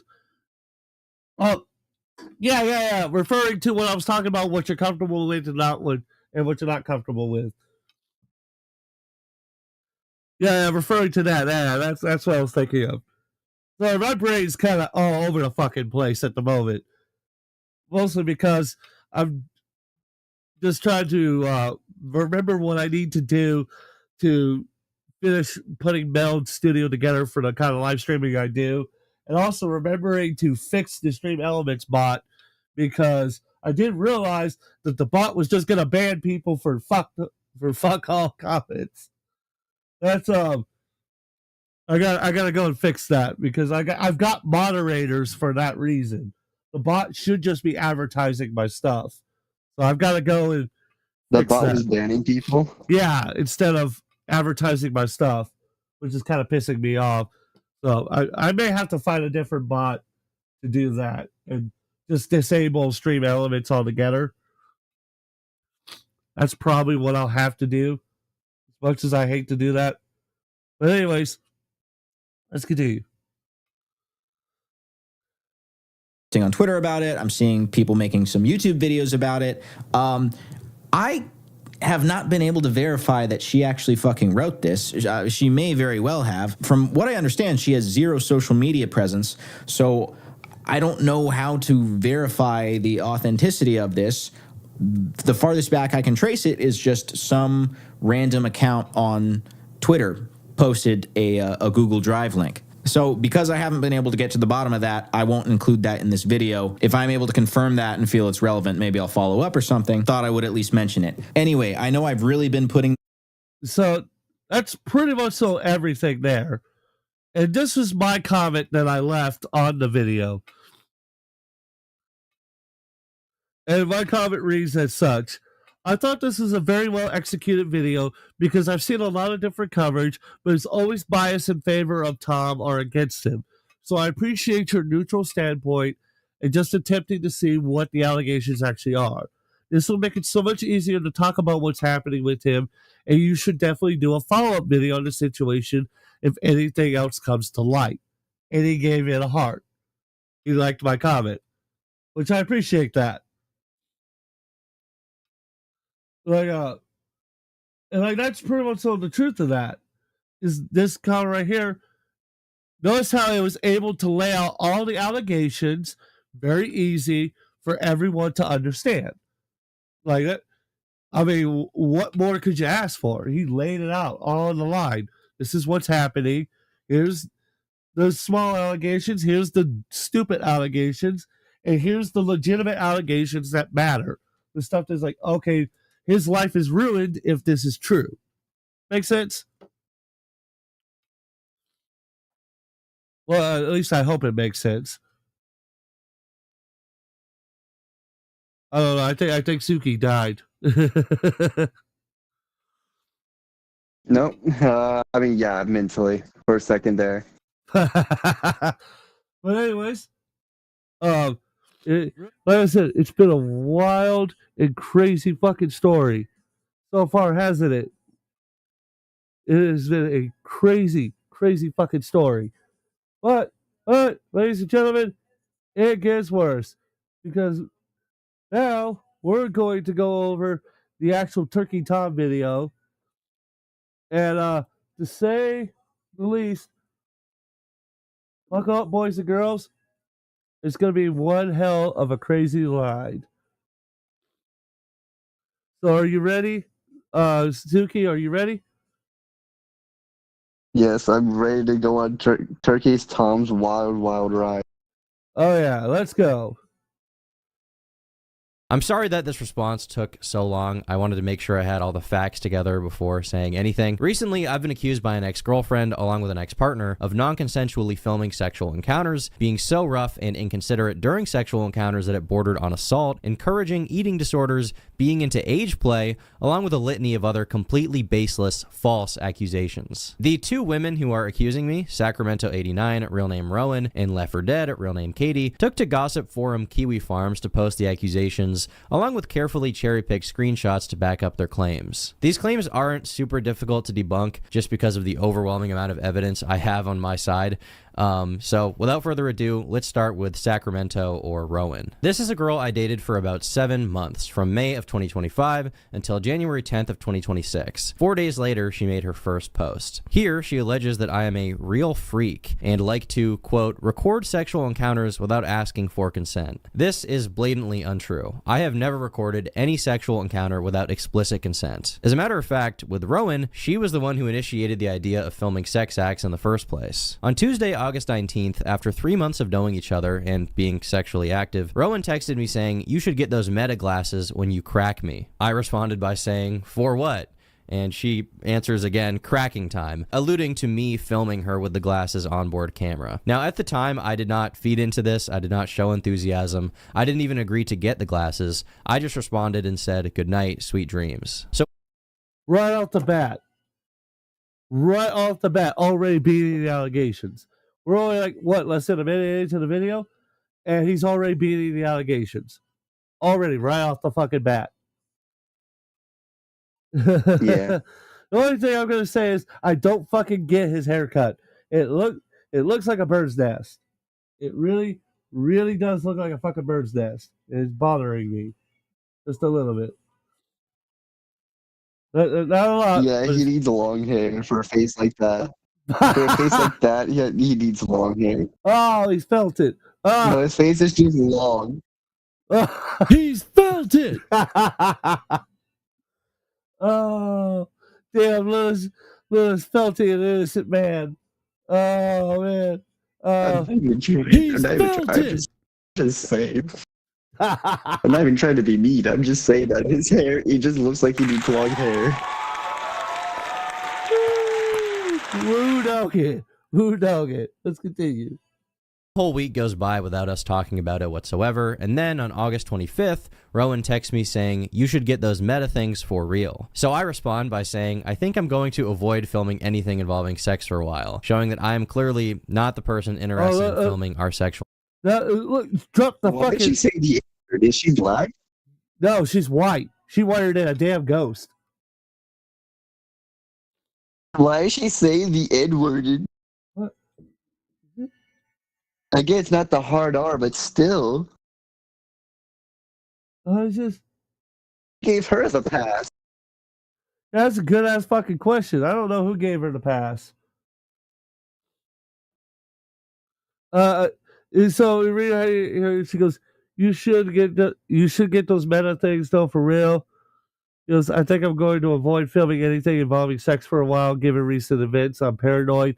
That's referencing the fact that Destiny got exposed. At this point, Destiny had got exposed for potentially illegally filming his partners during sexual encounters. So, Turkey Tom, being smart, is declining recording that stuff. Makes a ton of fucking sense, right? A ton of sense. Mm-hmm. So then she goes, "What recent events?" Oh, knowing. And then she turned around and said, "Brother, you did that. You did it before." Derp. Shake my head. Can't have any first when ran through. She said it twice. God damn. She said it twice. Holy Jesus. Yeah. She said it twice. Like, that's why I'm saying, like, who gave her the pass? That's a good ass fucking question. That's a good ass fucking question. She is. As you can see in the text, even when I say I don't want to film. He goes, yeah, that makes sense. That's why you recorded on glasses. He goes, how does that prevent or change anything? I mean, I guess if it's just on a hard drive somewhere, it's fine. No, it's not. No, it's not. No, it's not. If there's video footage and it's on a hard drive, if that hard drive is not offline, you are fucked. and not just the normal kind of fucked. It's more like the Thai road in prison kind of fucked. Because it could easily get used against you, easily. So let's continue. And then she pushes the. Then he'd be the one getting prison. Yeah, by Tyrone. Yeah, Tyrone, Bubba, and his buddies, they'll all be having Tuesday mud pies with toothpaste. Ugh. Now, to be clear, we did eventually take videos of ourselves being intimate, but I was given explicit consent every single time. And on a few occasions, she even took the phone out of my hand and was holding it while filming us. To be clear, there was never a tripod or a hidden camera. It was always handheld, and in every single video, she was clearly aware of the camera, making eye contact with the camera lens. Also, on September 8th, Rowan texts me, I do miss it though, in regards to our sexual interaction. He goes, okay, I can do that. In fact, I don't mind it.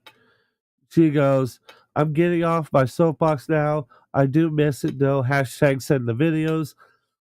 I won't leak it or be hacked or whatever. He goes, I can send them later though. I don't want to look at them right now or I'm going to pop a stiffy. He goes, I will watch and keep them close to my heart. Like you, my little Tom. I struggled to read that last part. Oh, the goofiness of that. Oh, God. Oh, Jesus. What the fuck's wrong with these people? Let's continue.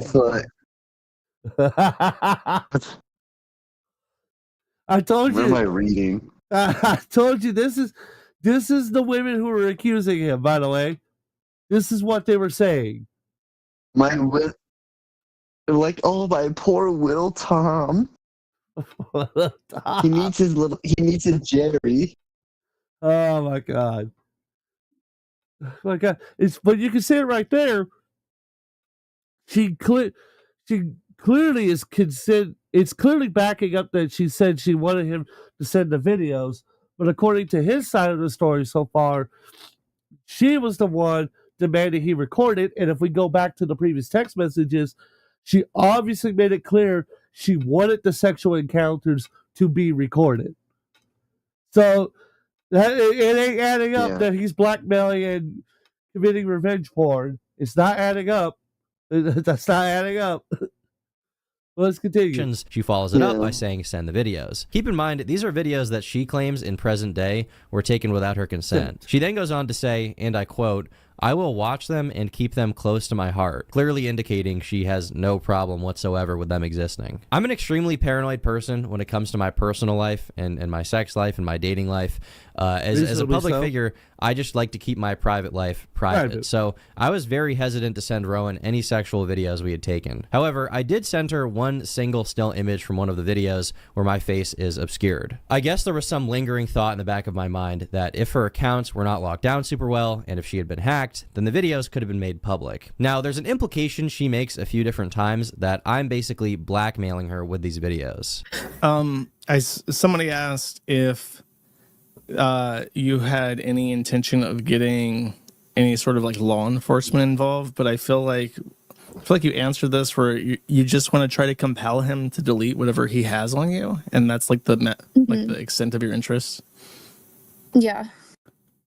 And if he doesn't, I don't know. I'm kind of confused about what to do, but we'll see. At no point anywhere did Rowan provide any proof of me threatening to release these videos of us having sex or threatening to send them anywhere. So she has no reason to believe that I would ever release them. The idea that I, a person who makes a living as a public figure, would publicly release videos of me fucking my ex-girlfriend to get back at her is so insane. Not only would that incur reputational harm beyond belief, but also serious legal consequences. The only person who... And look at his subscriber count. 1.6 million subscribers. Why would he want to jeopardize a channel that makes roughly, I would say, in the low ball amount of $70,000 a month? Why would you want to jeopardize that? Jeez, 70 that much a month? Oh, excuse me. Let me knock a thousand off of that. Like somewhere around the ball range of $5,000 to $7,000 a month. Somewhere in that ball range. Oh, 5,000 to 7,000. I thought you said 7. I thought you said like 70-something thousand. I meant to say, well, like Mr. Beast could pull that in like a day. But I meant to say like 70. I meant to say about 70 to 100 grand a year is what I meant to say, but I ended up saying months instead of year. Oh, a year. I was about to say a month. That's insane. Where do I sign up?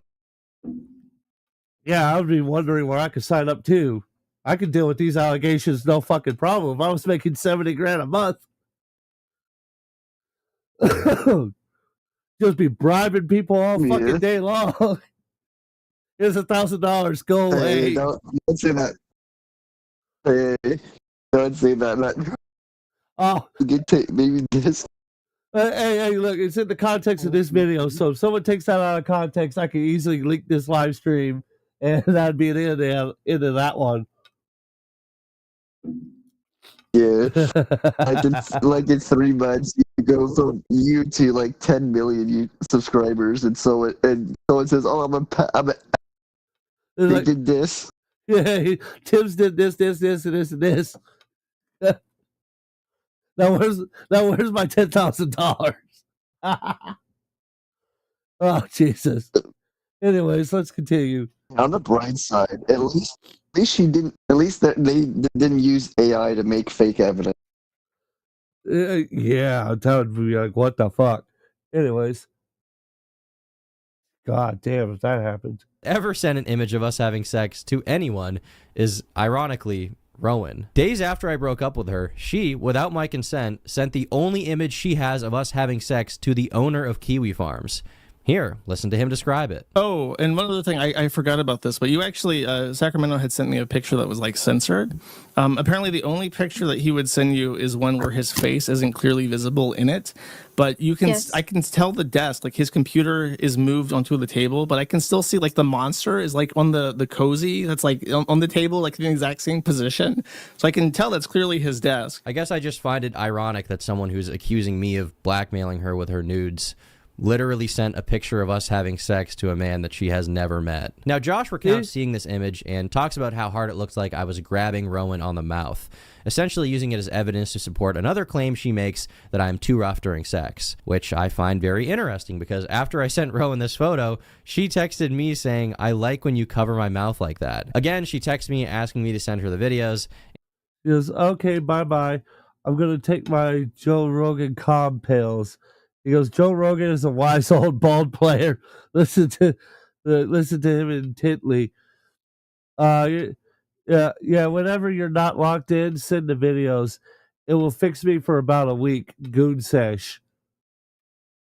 Oh, I hate that fucking word. Hate that fucking word. Hate that Yeah, I fucking hate word. it too. Stop fucking around. I hate because from where I come from to like the old term for it is like more than a henchman in a like game.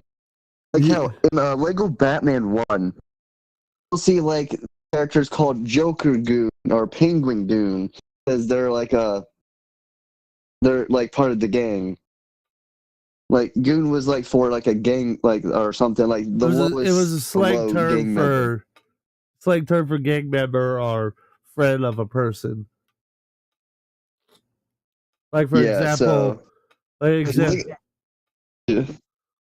example, Al Capone and his goons swarm a house and kill an innocent family. Something like that. Yeah, but Gen Alpha would be like, "Oh, his goons. Oh, why is he pervy like that?" I'm like, "What? No, that's not what that means." Fucking people fucking up the English language. It's like, oh my god, dude, like Gen Alpha could never play like the original Lego Batman from when I was like a kid. Like that came out 20 years ago almost. Lego Batman 1 has characters called like Joker Goon or Penguin Goon, Mr. Freeze Goon or something like that. I don't remember all of which characters had their own goon other goon characters, but like because it's been so long since I played it, but like I don't like the fact that because like it's just, I guess, in time, words are just changed for whatever reason. And like I said, I know the English language evolves over time, but what the fuck? Anyways, let's continue. Yeah, like in the oldest Christmas carols, they said gay because it was meant happy back then. Which, fun fact, gay has meant happy far longer than gay has meant homosexual. Like I think only in the last century it hasn't meant that, and then for like I think roughly 1 to 2,000 years it meant happy. God, it's been so long since I've studied all that I would have to go back over it again. But anyways. She says, yeah, whenever you're not locked in to send the videos, it will fix me for about a week. Goon sash. This is clear evidence that she has no problem with these videos existing. To this day, she has provided zero proof that the videos were recorded non-consensually, or that I was blackmailing her with them, or that I had any intention of sending them to anyone. Reason being, I never did any of those things. In Rowan's interview, she claims that I never asked for consent to film these sex acts, and says that she wouldn't notice I was filming until 30 seconds to 1 minute into it. I'm not sure of an exact date, but maybe like 2 or 3 months into our relationship, he never asked me. He would just pull out his phone and record, and I wouldn't notice until maybe 30 seconds in a minute or a minute into it. Now, I obviously can't and would never show these videos to anyone, but in them, it's undeniable that she is staring directly into the camera from the moment the video starts. She never once questions why I'm filming or what I'm doing, because the reality is that every single time we recorded, I had explicit permission. Ask yourself, how could she possibly have never consented to filming when she's literally holding my phone next to her face as she sucks my dick? In the interview, she says that what really concerns her is that I wouldn't send her any of the sexual videos we took. I had asked him multiple times if he could please send me the videos, so like he's not the only one who has videos of me naked, and he either ignored the question or was just like, no. As I said earlier, I was paranoid to send these videos to anyone, even her, for fear of them leaking. Weirdly, in messages at the time, she seems to actually get it, saying, I want to see them videos, goon time, before following up by saying that she actually understands why I'm scared to send them to her. Now we're going to fast forward to October.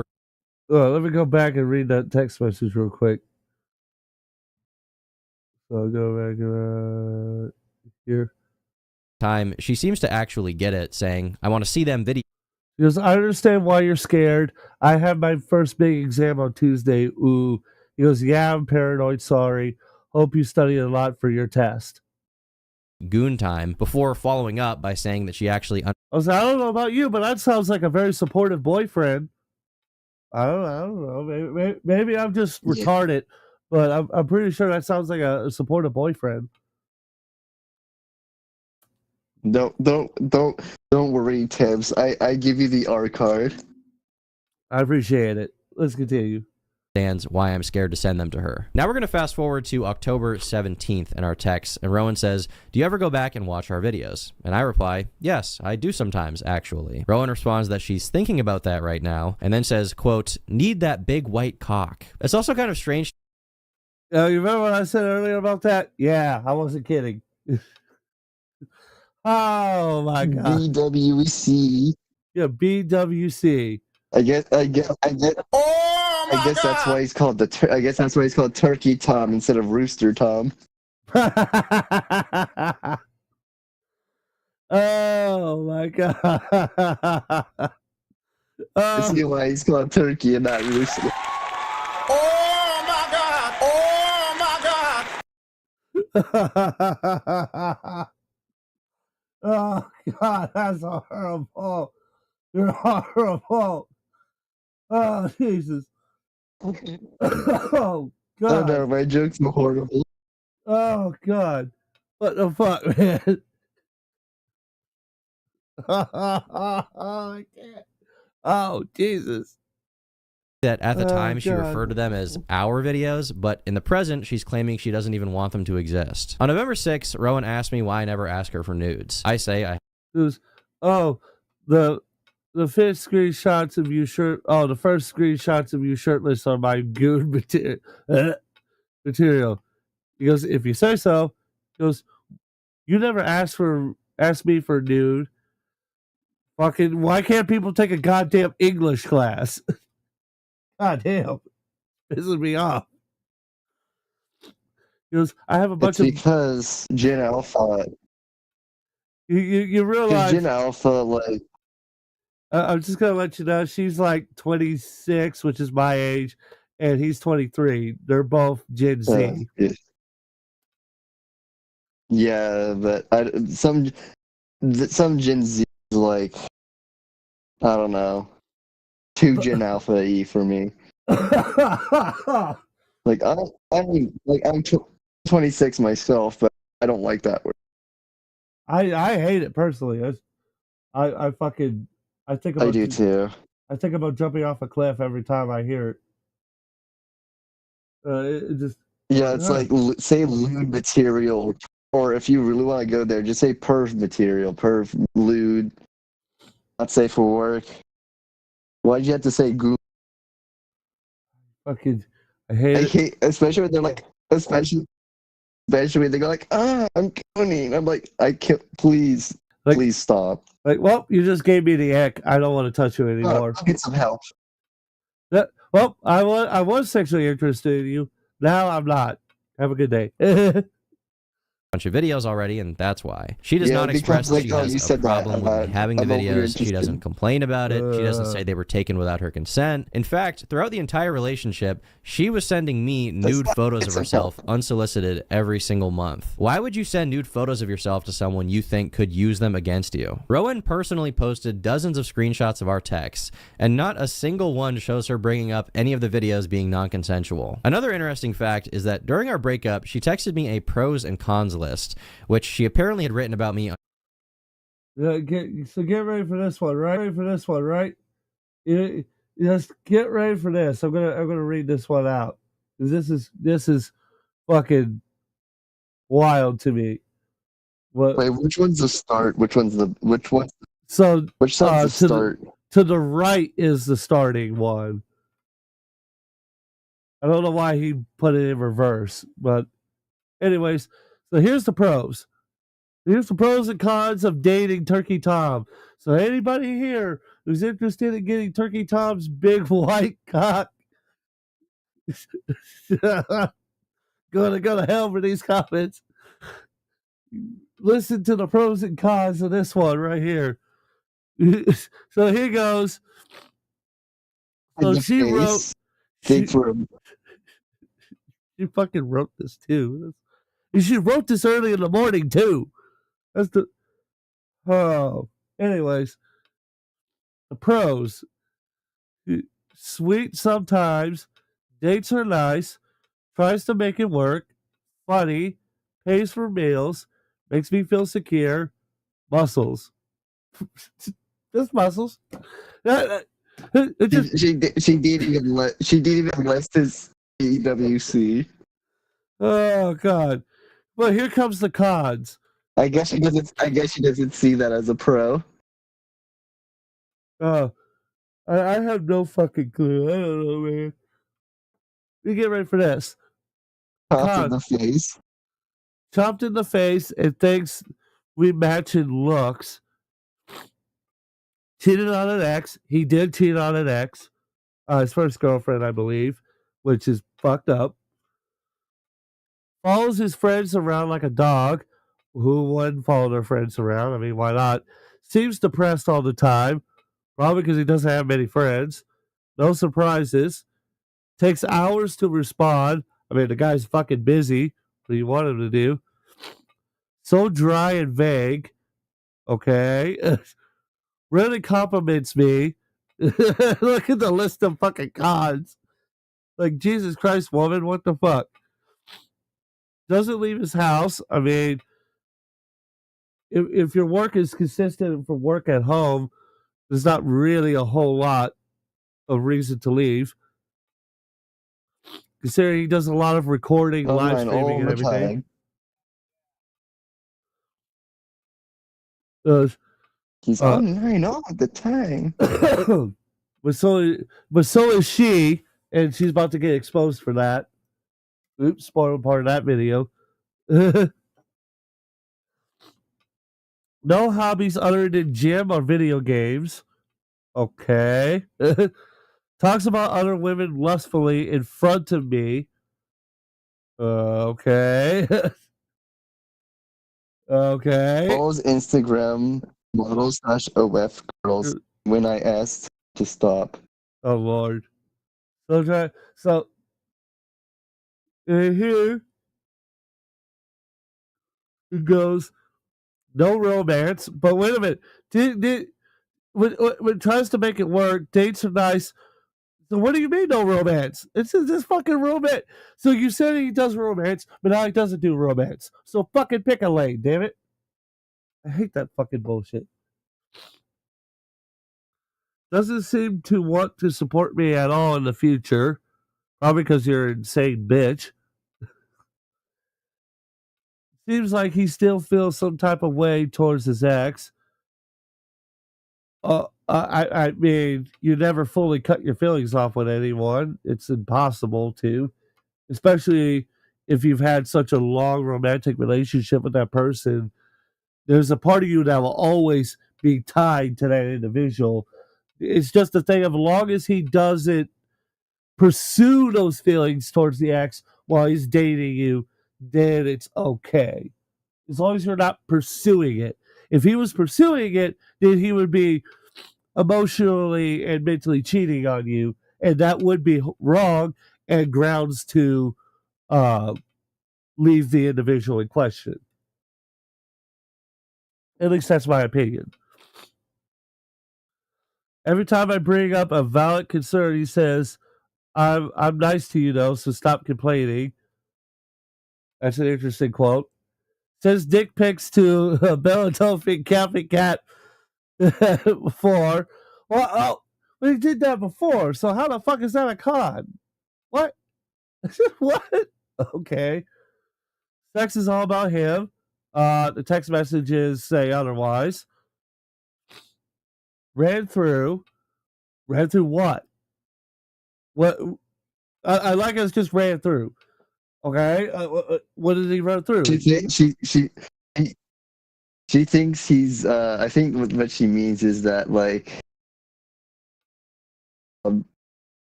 he's been with sexually too many other girls, something like that. Like he has a high count. Oh, body count. Like he's been ran through too many times, or something like that. I don't know. Yeah. Fucking stupid. Goes. I don't know. I can only think.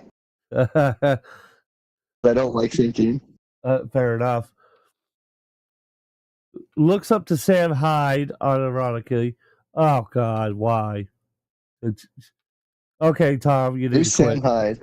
Sam Hyde was a prank star who was also an asshole. I forget what exactly he did, but he managed to fuck up his whole career. Let's see. Says he likes hurting me during sex even when I bleed. We'll get to that one later. We'll get to that one later because you're gonna love the text messages to that one. Seems kind of self-obsessed.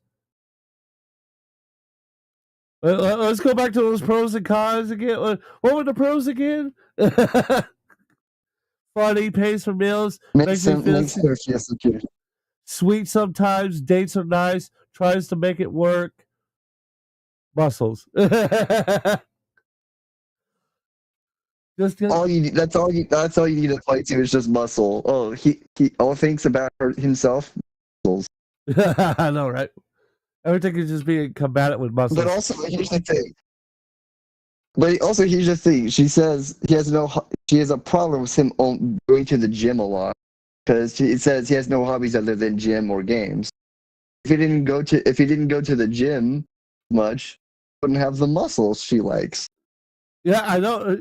I think it's because he doesn't invite her to go to the gym with him. That would be my best guess. Honestly, that was probably a smart idea. Yeah, in retrospective. Honestly, that was probably a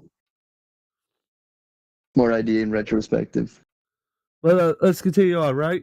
Because then it goes, doesn't ever talk about us in quotation marks, just him.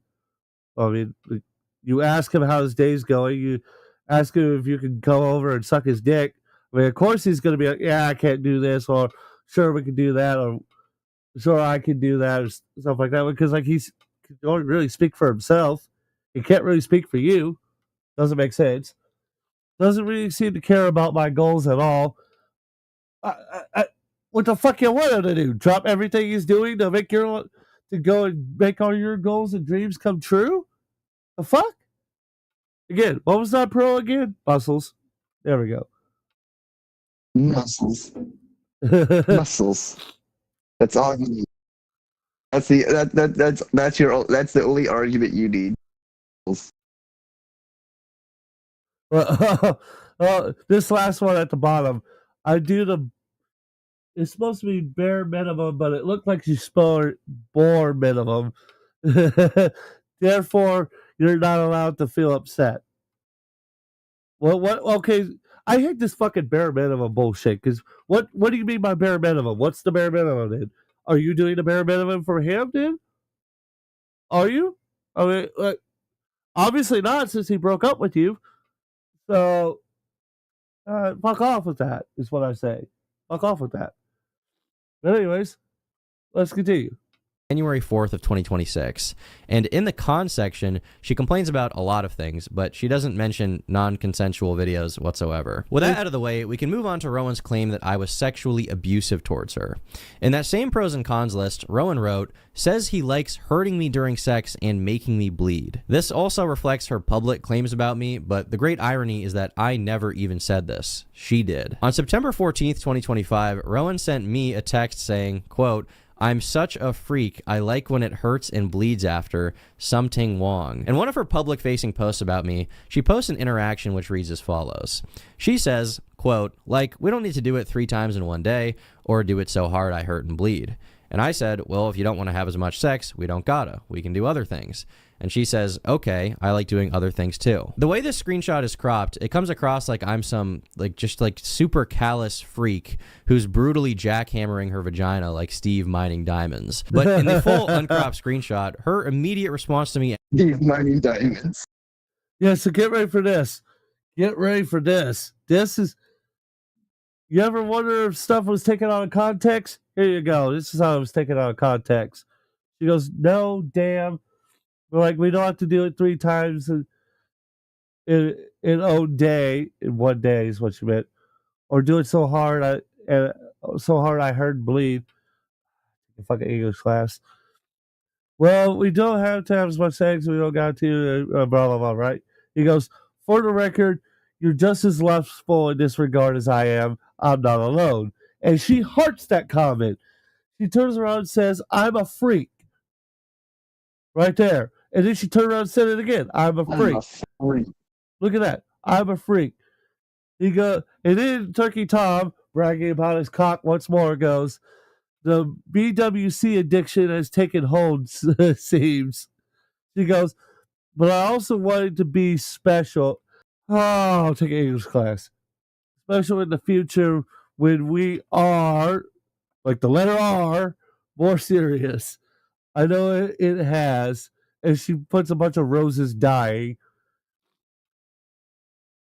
Then Tom replies like, but I consider sex with you special.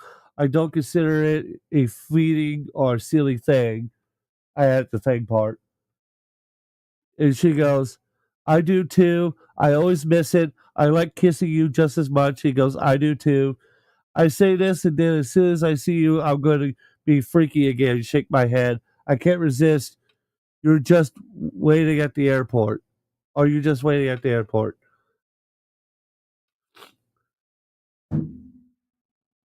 What is this unconsensual sex that she kept talking about? Because so far, I'm seeing everything that says she was consenting to it. Do you see anything that suggests otherwise? Nope.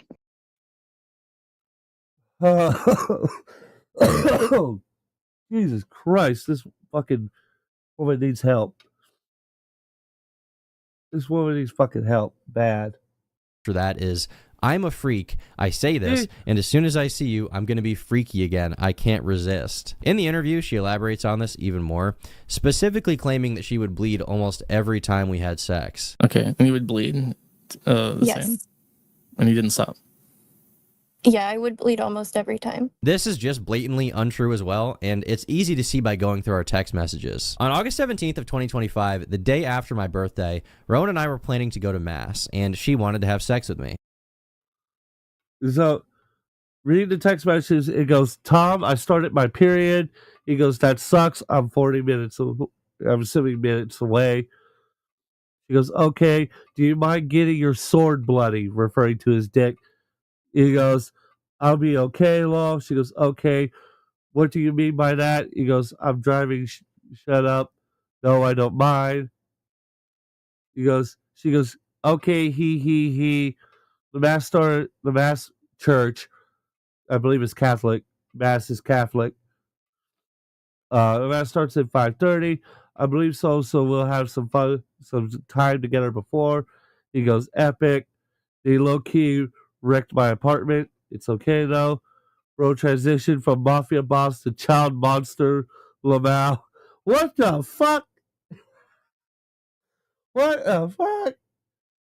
The fuck is that last text? I just read that one. Yeah, I just read that part. What the fuck? What the fuck? Oh my god. Oh, Jesus Christ. Fuck is wrong with all these people?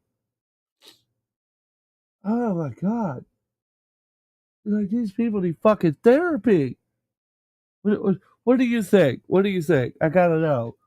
I gotta know what you think. I think she is the one that needs help, not him. Aside from his haircut. Yeah, he's fucking out with the haircut. And holy shit with the eyebrows too. Got caveman eyebrows going on there, buddy. Bro needs to get hooked up with was that like a really good barber for sure. We need to get him a girlfriend that's a barber and a cosmetologist. A barber and one who can do his nails. Make him slay. Make him slay, queen. I can't kill myself with that one. Right. So she texted me saying, Tom, I started my period. I was driving, so I couldn't say much, but I replied by saying, that sucks. I'm 40 minutes away. Yeah, she follows up by asking me if I mind getting my sword bloody, and I say I'll be okay. So if it wasn't already clear, she's asking me if I'm okay with getting blood on my dick. Why would this be something she's even asking if every time we have sex, I'm making her bleed? Keep in mind, this is months into us going out and being sexually active, and she's still worried that the idea of bleeding during sex would gross me out. Now, as soon as she began posting about me, people were naturally perplexed by her claim that she was bleeding from sex every single time. They asked if she had some kind of medical problem, and she says, I have no health issue that I know of, never bled during sex before. It was the aggression. Just gave into it after a while and told him I liked it, but I bled after almost every single time. I feel like most of this statement has already been dispelled, but even the smallest detail of no medical condition that I know of is also false. On September 24th of 2025, Rowan... So read this text, she goes, I'm taking my Dexamethasone out and switching to the pill. Oh, birth control. He goes, okay, this thing is terrible. The more I think about it, I have a month-long periods, and I guess fucking bleed all over the place. I also feel like it makes me feel so weird. Can't be good for you. Oh, okay, so what she has is like an internal birth control thing. You have a good night, Cold Fire. Sleep well, buddy. Good night, Cold Fire. Even Cold Fire couldn't stay up. Don't become hot ice. Oh God. Oh God. Why did you say it like that? He has to stay cold fire, not hot ice. Ugh.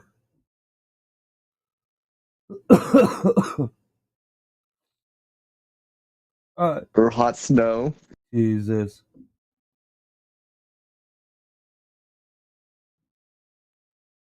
Oh God. Horrible. Oh, fucking horrible. Anyways. God, got itchy. Let's continue. Me saying that she's going to switch from her current birth control Nexplanon to the pill because she has month-long periods that cause her to bleed. So regardless of sex, Rowan admittedly bleeds for an entire month at a time. One of Rowan's main criticisms is that I'm too rough. In fact, she describes our sexual interactions as intense, violent aggression every single time. I genuinely did think that he would maybe change and stop being so aggressive, because he told me before that he would like kind of chill out, but he never did chill out, and it kept being the same very intense, violent aggression every single time. She also alleges that I hit, choked, and beat her without asking, essentially painting me as an abusive partner. Unfortunately, I did still stay with him, and I know a lot of people seem to have a lot of questions about that, and honestly, you were completely correct to question my judgment as to why I stayed with him, even though he was,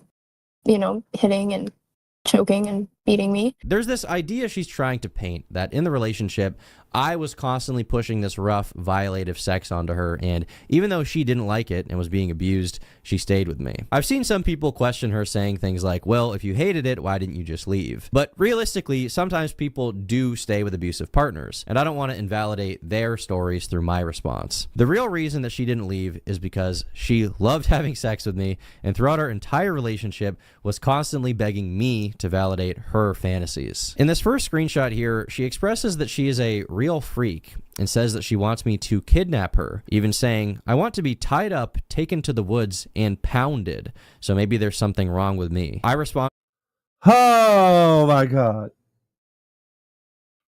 Oh my God. Oh my God. Just Oh my God. one more time. Oh my God. Fuck, man. Fuck. What the fuck? Do you have anything you want to say? Anything? You got nothing, do you? You got nothing. She needs to go to a mental asylum. I don't think a mental asylum is gonna help. I don't think it's gonna help. Man. More specifically, she needs to go to Arkham Asylum. If only it was real. Oh, if it was real. Oh, God. Bless America. Holy shit.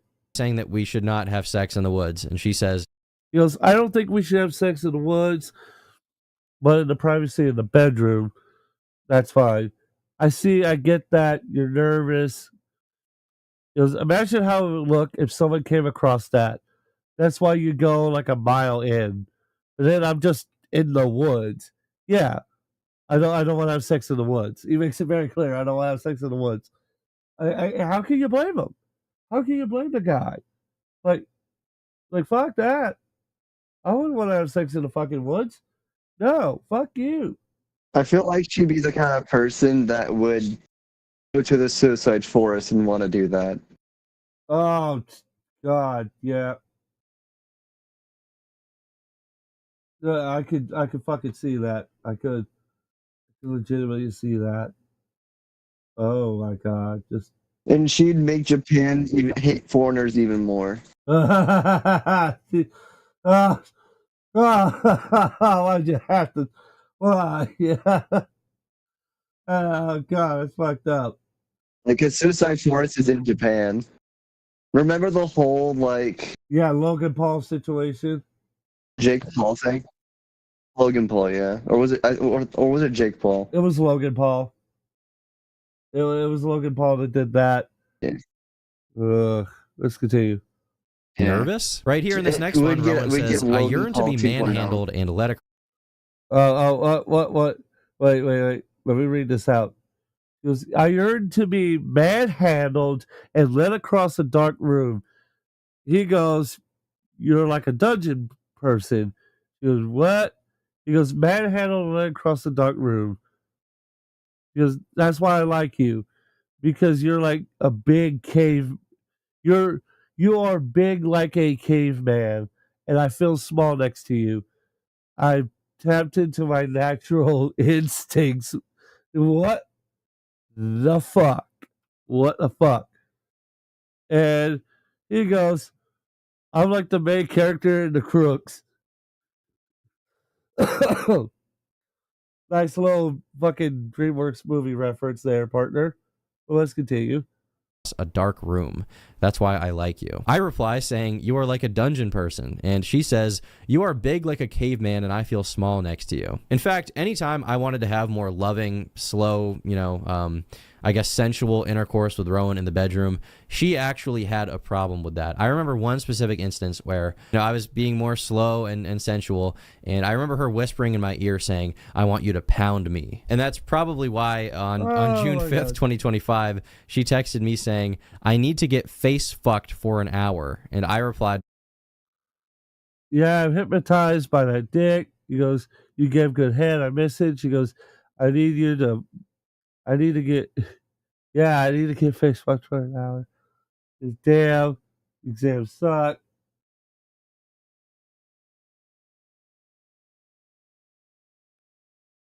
Oh my God!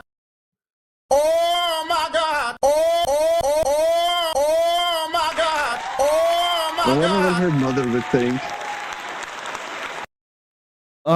Imagine if her mother saw this. I guarantee her mother has seen this now. I guarantee it. Just her mother is what? I guarantee her mother has seen it. Oh my God! Anybody who says, I'm not even going to repeat it. I can't. I cannot bring myself to repeat what is on screen. I really hope no children have been watching me right now. I really hope no children have been watching my live stream. I really hope.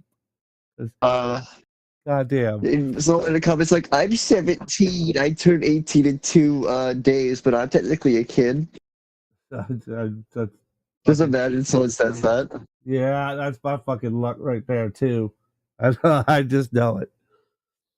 You're like, I turned an adult in 3 hours. She texts me and says, I'm excited to get fucked borderline domestic violently. At one point. Well, God, I gotta read that text too. We're only 12 minutes in, by the way. We're only 12 minutes in. On June 5th, 2025, she texted me saying, I need to get face fucked for an hour. And I replied by saying, damn, exams suck. On June 7th, she texted me and says, I'm excited to... He goes, okay, I'll probably be there like 6:30-ish, a bit after. He goes, oh, okay, so earlier, yeah. I will leave get about 7. She goes, okay, excited to get fucked borderline domestic violently.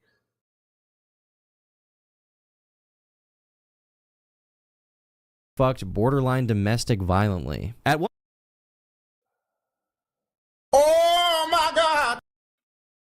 That soundbite's coming in real fucking handy. Just holy shit.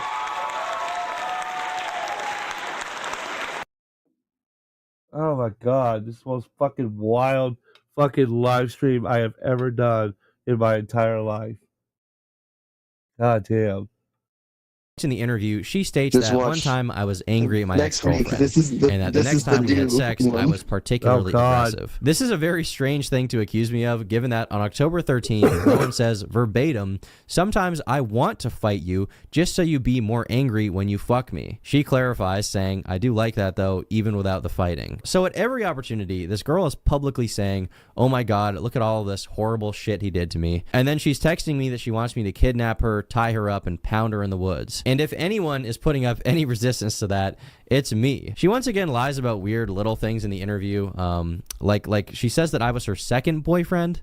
He was my I guess my second boyfriend. And when I heard this, I was very confused because she told me that I was her third. In my opinion, she said this to make herself seem less sexually experienced than she really is, to make the case stronger that I was taking advantage of her. Now, in this next post, she writes, again, I'm not alleging anything illegal, just that he would hit and choke because he was a super gooner. Sort of normalize it in my head, but it's definitely not okay to do that. So for information on how I supposedly normalize this behavior, let's go back to the beginning of our relationship and see what our conversations about sex were like. On Wednesday, May 14th, after only hanging out with Rowan once, she texted me saying she's excited to hang out with me again, and she already knows my penis is massive, without me saying anything sexual to her at this point. So as you might suspect, we did have intercourse on our second date, and after this first sexual encounter, Rowan texts me saying, quote, "Rape thing is so hot. I never did that before. You should tie me up next time." My response to this is consensual sex is good. And she says, you know what I meant by that. I don't know what to call it. Oh my God. I don't know what else to say.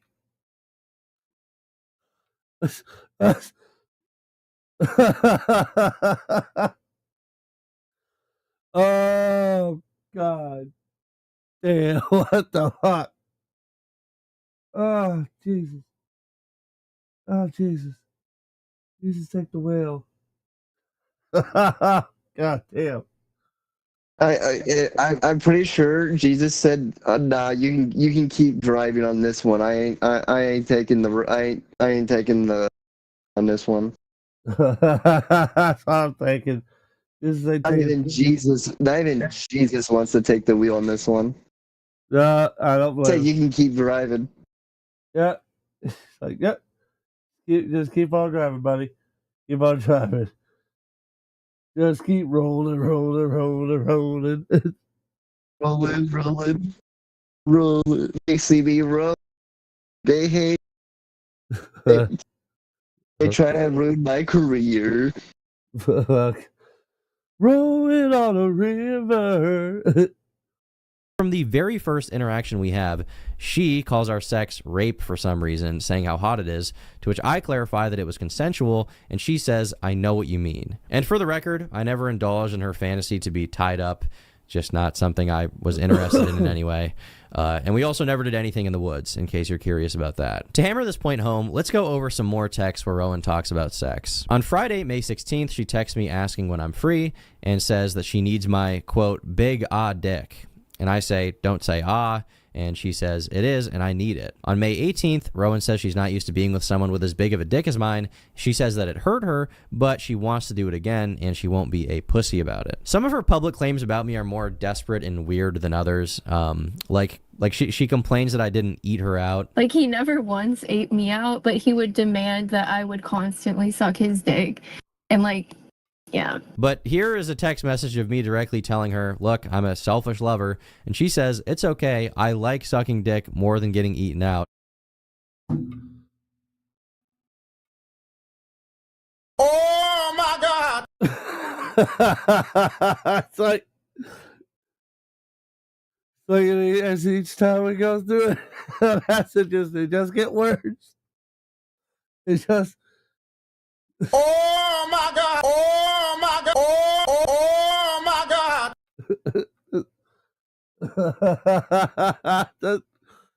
Oh my God, man. Oh fuck. I don't know what to say. I don't know what to say, man. Oh Jesus. What do you think? What do you think? She needs to be. We need to find a way to send her to Arkham Asylum. Find a way to send her to Arkham Asylum. Oh Jesus. I'm a real freak. Despite her acting like I am a like sexual degenerate, repeatedly doing sex acts she doesn't enjoy. Here she is saying, you match my freak, kind of. Not you're too freaky or we've been too freaky. She says that I match her freak. Here in this next one, she says, as soon as I see you, by the way, freak mode. In this next one, I give a little bit of input. I tell her I'm thinking about her pussy. And she responds to me saying, you gonna tear it up or what? Now, my question for you in the audience would be, do people who are into slow, romantic, candlelit sex describe intercourse as their pussy getting torn up? I would say probably not. Here in this next one, she says she's going to leave mass early on Sunday to go get some dick. And keep in mind, I don't want to reveal any of this information, okay? I don't want to be saying this. I don't want to be here right now. And I would never intend on sexually shaming an ex-partner. But she's gone out of her way to not only shame me, but also to lie in an effort to paint me as some gooner, freak, borderline rapist. I don't blame him one fucking bit. Not one part of me blames him. Holy Jesus. With the way this is going, I'm probably going to have to do a part 2 to this. Because like I have to stop it every 5 fucking seconds and be like, holy fuck, what the fuck's wrong with you? Holy Jesus.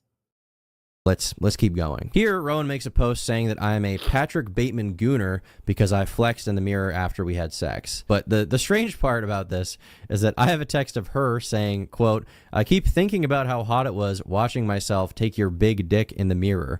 Gooner as fuck, sorry. Reading through what she says about me publicly, it's like every accusation she makes towards me is actually some kind of confession to her own behavior. On June 25th, she texts me wondering if she can give me head after getting her wisdom teeth taken out.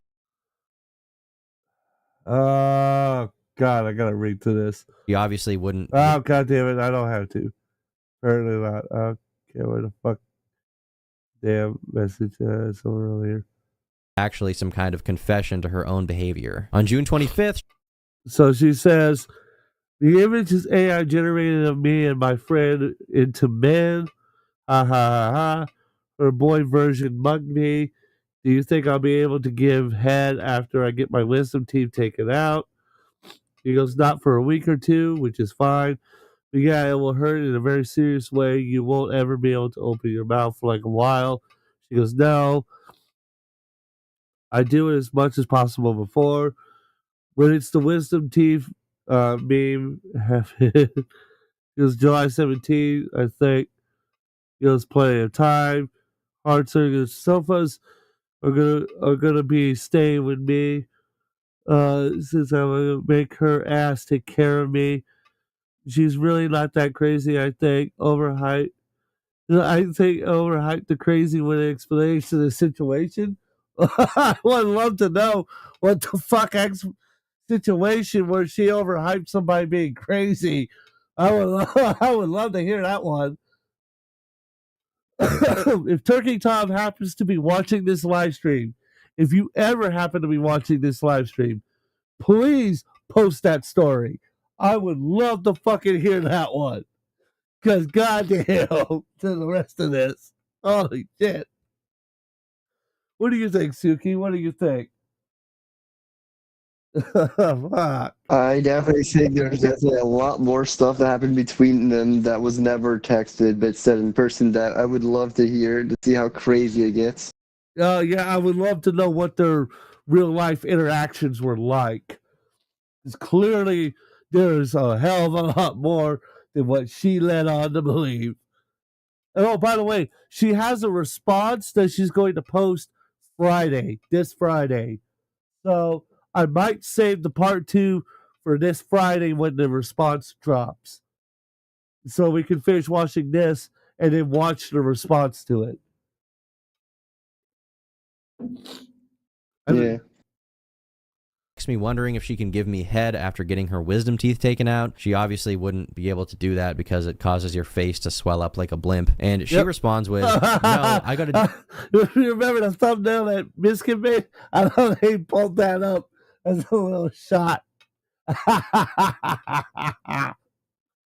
Oh, he felt it. He's felt it. Biscuit has felt it. He's felt it. No, as much as possible before. Here, Rowan's asking me, am I the tightest, most perfect girl you ever fucked? On July 2nd, she says, Oh, skin crawling. Oh my God. Skin fucking crawling. What do you say? What would you say? I'd say that she definitely needs help. that big dick so much, I'm under spells. On July 5th, I bring up us wearing condoms, and Rowan says, ew, no, and then tells me that she wants me to cream pie her, and that she's a real freak. After I say happy birthday, oh, oh, God. Be like, free pie me, happy birthday. Fuck me. He goes, it's her birthday, right? He goes, happy birthday, sweetie. Big moment. He goes, thank you. I like when you say this. All I want for my birthday is my man BWC. Oh my God. I want a fucking squirt gun too. What the fuck? Just be like, bad, no horny. Just shoots her with the water gun. Time to go to horny jail. At this point, you wouldn't need a water. At that point, you wouldn't need a shooter's a water gun. You need a shooter's a water bazooka. Gonna get one of those fire engines from the fire department and blast her with it. Yeah. Oh God, let's continue. Anime style. 21st, oh God. She says that all she wants for her birthday is my big white to the moon. And this next one, she texts me saying, I miss feeling like I'm going to break in half, not gonna lie. And this next one, she says, I like when you make me choke on it and call me a good girl. On July 23rd, she says, can I come over and suck on it Friday night? Which I don't accept. I tell her that I'm busy. She then says, I have the big white cock addiction. Interestingly enough, in this next one, she's asking me if I can have sex with her while holding her in the air, essentially. We can swim together next time. I'll wear my bikini, my Guru bikini. What the fuck? He goes, don't use that word in this context, but sure.